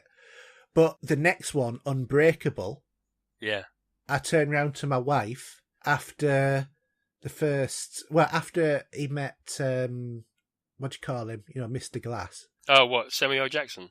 Yeah, Samuel L. Jackson. After he met that, I turned around to my wife and I said, I know what's happening. I said, I'll tell you just before the big reveal. I've figured it out, and I was spot on. They're doing a sequel to this, apparently, aren't they? Yeah, evidently. Yes. Although, what else is there to say really on it? I don't. Yeah, no. Yeah, Not as and much. to be honest, Signs, that was really quite a bit of a letdown. That's the one with Mel Gibson, wasn't it? I remember It rightly. was, yeah. And The Village. I actually preferred The Village to Signs. Was it The Village it was called? You know the one. But anyway. Okay, so, no, we shouldn't let the franchise die. No way, but what the people... No, I'm not going to say it because it's going to spoil it for Steve. No, that's it. Move on. All right, moving on. So, William Leggett. With the rise of blockchain technology and cryptocurrency, how long before the big publishers release their own cryptocurrency? Kodak has just announced its own blockchain. No idea. To be honest, I'm not really up on the cryptocurrency. No, I mean, we keep hearing about it recently. I mean, it's been mentioned a bit more. Yeah, and basically it's about removing the money from the banks and putting it in the cloud, isn't it, really? Yeah. It's about as much as I know about it. I have no particular interest in it at the moment. Yeah. But that might change. Who I think knows? I'm going to be able to earn somebody out of it. I'll might invest. Okay, so we'll move on to Twitter. So we've had a few Twitter questions as well. So Nick Pettifer. I was just thinking, guys, what will listeners be commonly known as? Poppies, cultists. Personally, I'd call myself a Pop-Tart. I don't know what you get up to in your personal life, but I quite like that, and I did that earlier, and Nikki went and asked me what flavour I was. As Nikki would do, so there you go, you know. Yeah, I have to admit, I did respond to Nick as well, and I said, actually, I would refer to us as nerds and geeks, most of us probably. But, you know, because nowadays geek is chic, isn't it? So it is. So what? So your favourite's Pop-Tart, is it? At the moment, yeah. I mean, actually, when excuse me, culturist could be a favourite, maybe. Yeah, culturist. Yeah, pop culturists. Right, maybe there's a poll there for Facebook. Yeah, what are members of the community called? Yeah, that sounds like a plan. Okay, Alan Cochrane, with the success of Nintendo Switch, Steve's favourite console. Yep. Can you see Sony and Microsoft making a similar console in the future? I think we've already answered that one, really, and we don't think that's likely. No. One from Gavin Snook. Good luck on a new venture, lads. We've just have this new super-powered consoles. What's impressed you more? Game load times, resolution, frame rates per second, or hasn't anything grabbed you? I mean, obviously, resolution on some of the games is pretty impressive. Yeah, definitely. As much as that, even I'm going to say something that some people don't really talk too much about, but the 4K Blu-ray player. Yeah. Now we've had a few of those to test. I'm pretty impressed with that. The YouTube streaming. Yeah, there is that as well. And Netflix as well. Yeah, but I've been used to that, haven't I? I've had that on my TV itself, so I've been watching 4K. Yeah, true. But yeah, it's nice that they've been branching it out onto that platform now, so everyone else can see it. Because we do have some of us, we've got certain LGT, we have Dolby Vision as well, which is pretty impressive for a crisp picture too. So yeah, did you get the Dolby app for the Xbox? I did try and test it. Weren't too impressed at the time, to be honest. But maybe you were saying about how good you thought it was. Yeah, well, I wasn't. I was trying to do the tests on it, and I didn't get back to it. And you get like a month's free trial, but that went and gone. But I need to invest in a new set of headphones, to be honest. Yeah. At some point, that's something else. Yeah, it's all this. Could we win the lottery? Then I could get everything I need at once. But yeah. Yeah, we need to get you a Yeti mic and a new set of headphones, yeah, don't we? I know. That's definitely what I need. Headphones for the Xbox and the PlayStation would be great, because my wireless ones, they don't last very long with the batteries and they seem to drop out. Yeah. So good ones that I could connect hardwired, but a Yeti as well, more importantly. Well, so, I recommend the HyperCloud ones because they've got really nice big, cups and everything in them. And it's really good sound quality, and that's what I'm using now. Yeah. As well, I use it PC, Xbox, and PlayStation. Brilliant headset. Cool. And on the PC, it's 7.1. That's what I've got with my Turtle Beach at the moment. Yeah. Yeah, it does work very well, but as I say, it is wireless, so yeah, I regret that now. Okay. And we've got Mark Tudor, who's got a question for us. Did we actually? I never answered the previous question, did I? Sorry, Gavin. I would say a resolution as well. Yeah. Just suddenly realised. The 4K just makes games look a lot better. Well, I thought Destiny, when I obviously before I haven't really. What I need to do now is do that test where I need to switch HDMI ports over while I'm in orbit with the same ship if I've got it, or something similar, and just see what you're looking at, because I did notice a difference when I finally enabled HDR on the PlayStation. Yeah, but I must admit, when I first started playing on the Xbox, I was really impressed with that, to be honest. Yeah. Me too. And also playing Destiny, this is PC, at 60 frames a second. My God, it makes a difference. Anyway, last question then. Mark Tudor has put best of luck with the new venture. My question is, if you could banish a TV programme from the airwaves forever, what would it be? And on the flip side, which one would you recommend the most? What would you banish? Yeah, what would you put in room 101? Coronation Street. Do you know, I was going to go with Emmerdale. Because to me, Emmerdale is sort of like the Yorkshire less attractive people. Not that I'm saying people in Yorkshire are I am nothing to do with what you're saying. I don't even live up there, so... No, I do.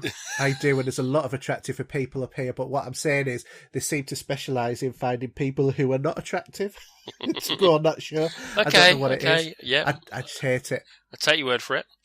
Yeah, I just feel my IQ dropping when I watch it. Yeah. Because it kills brain cells. So I would get rid of Emmerdale. And what would you recommend the most as a TV show, other than Star Trek? Other than Star Trek. Well, I mean, while you're thinking, yeah, because I've forgotten the guy's name I was talking to the other night, and he started watching Dexter, and he's really getting involved with that now. It's such a class show. If you haven't seen it, I would recommend that.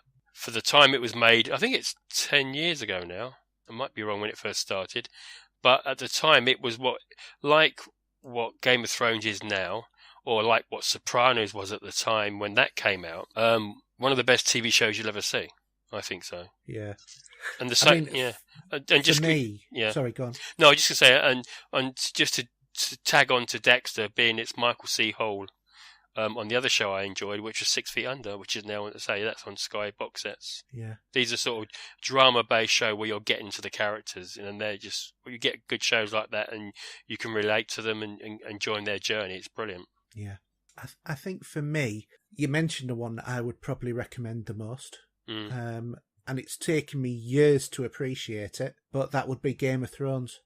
Yeah, because, you did, didn't you? I kept watching it, bits of it, and every time that they had season 1, episode 1 on, I go, right, let's try again. No, can't get into this, can't get into this, can't get into this. And this went on for years and years. And then last year, something clicked with it, and I sat and binged watched 6 seasons in a couple of weeks. Yeah. I just, any waking moment, I had Game of Thrones on. And I have no idea why. Suddenly, it just gelled with me. Because it's not like the show's changed in any way. And the last season, my God, I really enjoyed the last season.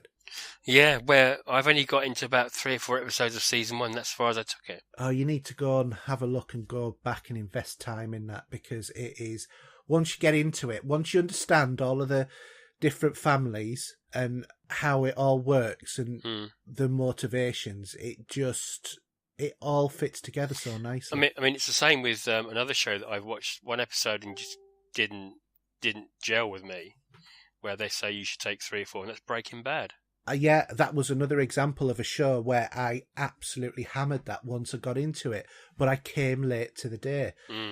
So, again, exactly the same. And also the one I've mentioned as well, I know it's not on TV, but The Good Place. I absolutely love that show. Yeah, I'm going to give that a go with the missus, actually. That's good. That's handy for a 20-minute section. We got plenty of time where we like to have a little short show. Yeah, I think you're going to really enjoy that, to be honest. I think your missus will as well, because mine does. So anyway, I think that's about it, isn't it? Yeah. Okay, so that's the end of the first show. We really do hope you've enjoyed it. So we'll go through our contact details now. So Steve, do you want to let us know what your details are? So email is steve007@hotmail.co.uk. Xbox is steve007, and PlayStation ID is the real steve007. And yours? And mine, well, I have a YouTube channel, so you can search that for Haydn Rhys-Jones. Twitter, I'm at HERJUK. Xbox, PSN, Steam, Good Old Games, you name it, I am HERJUK. And email, but you can't guess, it's HERJUK@gmail.com. Don't forget, if you want, you can also join our Facebook group, which is Pop Culture Gamers. And any inquiries that you've got for the show, just drop us an email. We'll respond to you. We also have a website which is in development, and this is also where you download the podcast from as well if you're not using iTunes. And that is http://popculturegamers.podbean.com. So that's it. End of show. We've done it. We've cracked out our first show. I think we've got to say, though, is that this show is in the making. I mean, this is like a pilot in one way. It is. And we may take it on a different slant depending on how the community, what they want to like, how they like it, and how it wants to go. So this isn't set in stone, is it, on how it goes at the moment? But we can go sideways with it if we need to, just to change it slightly.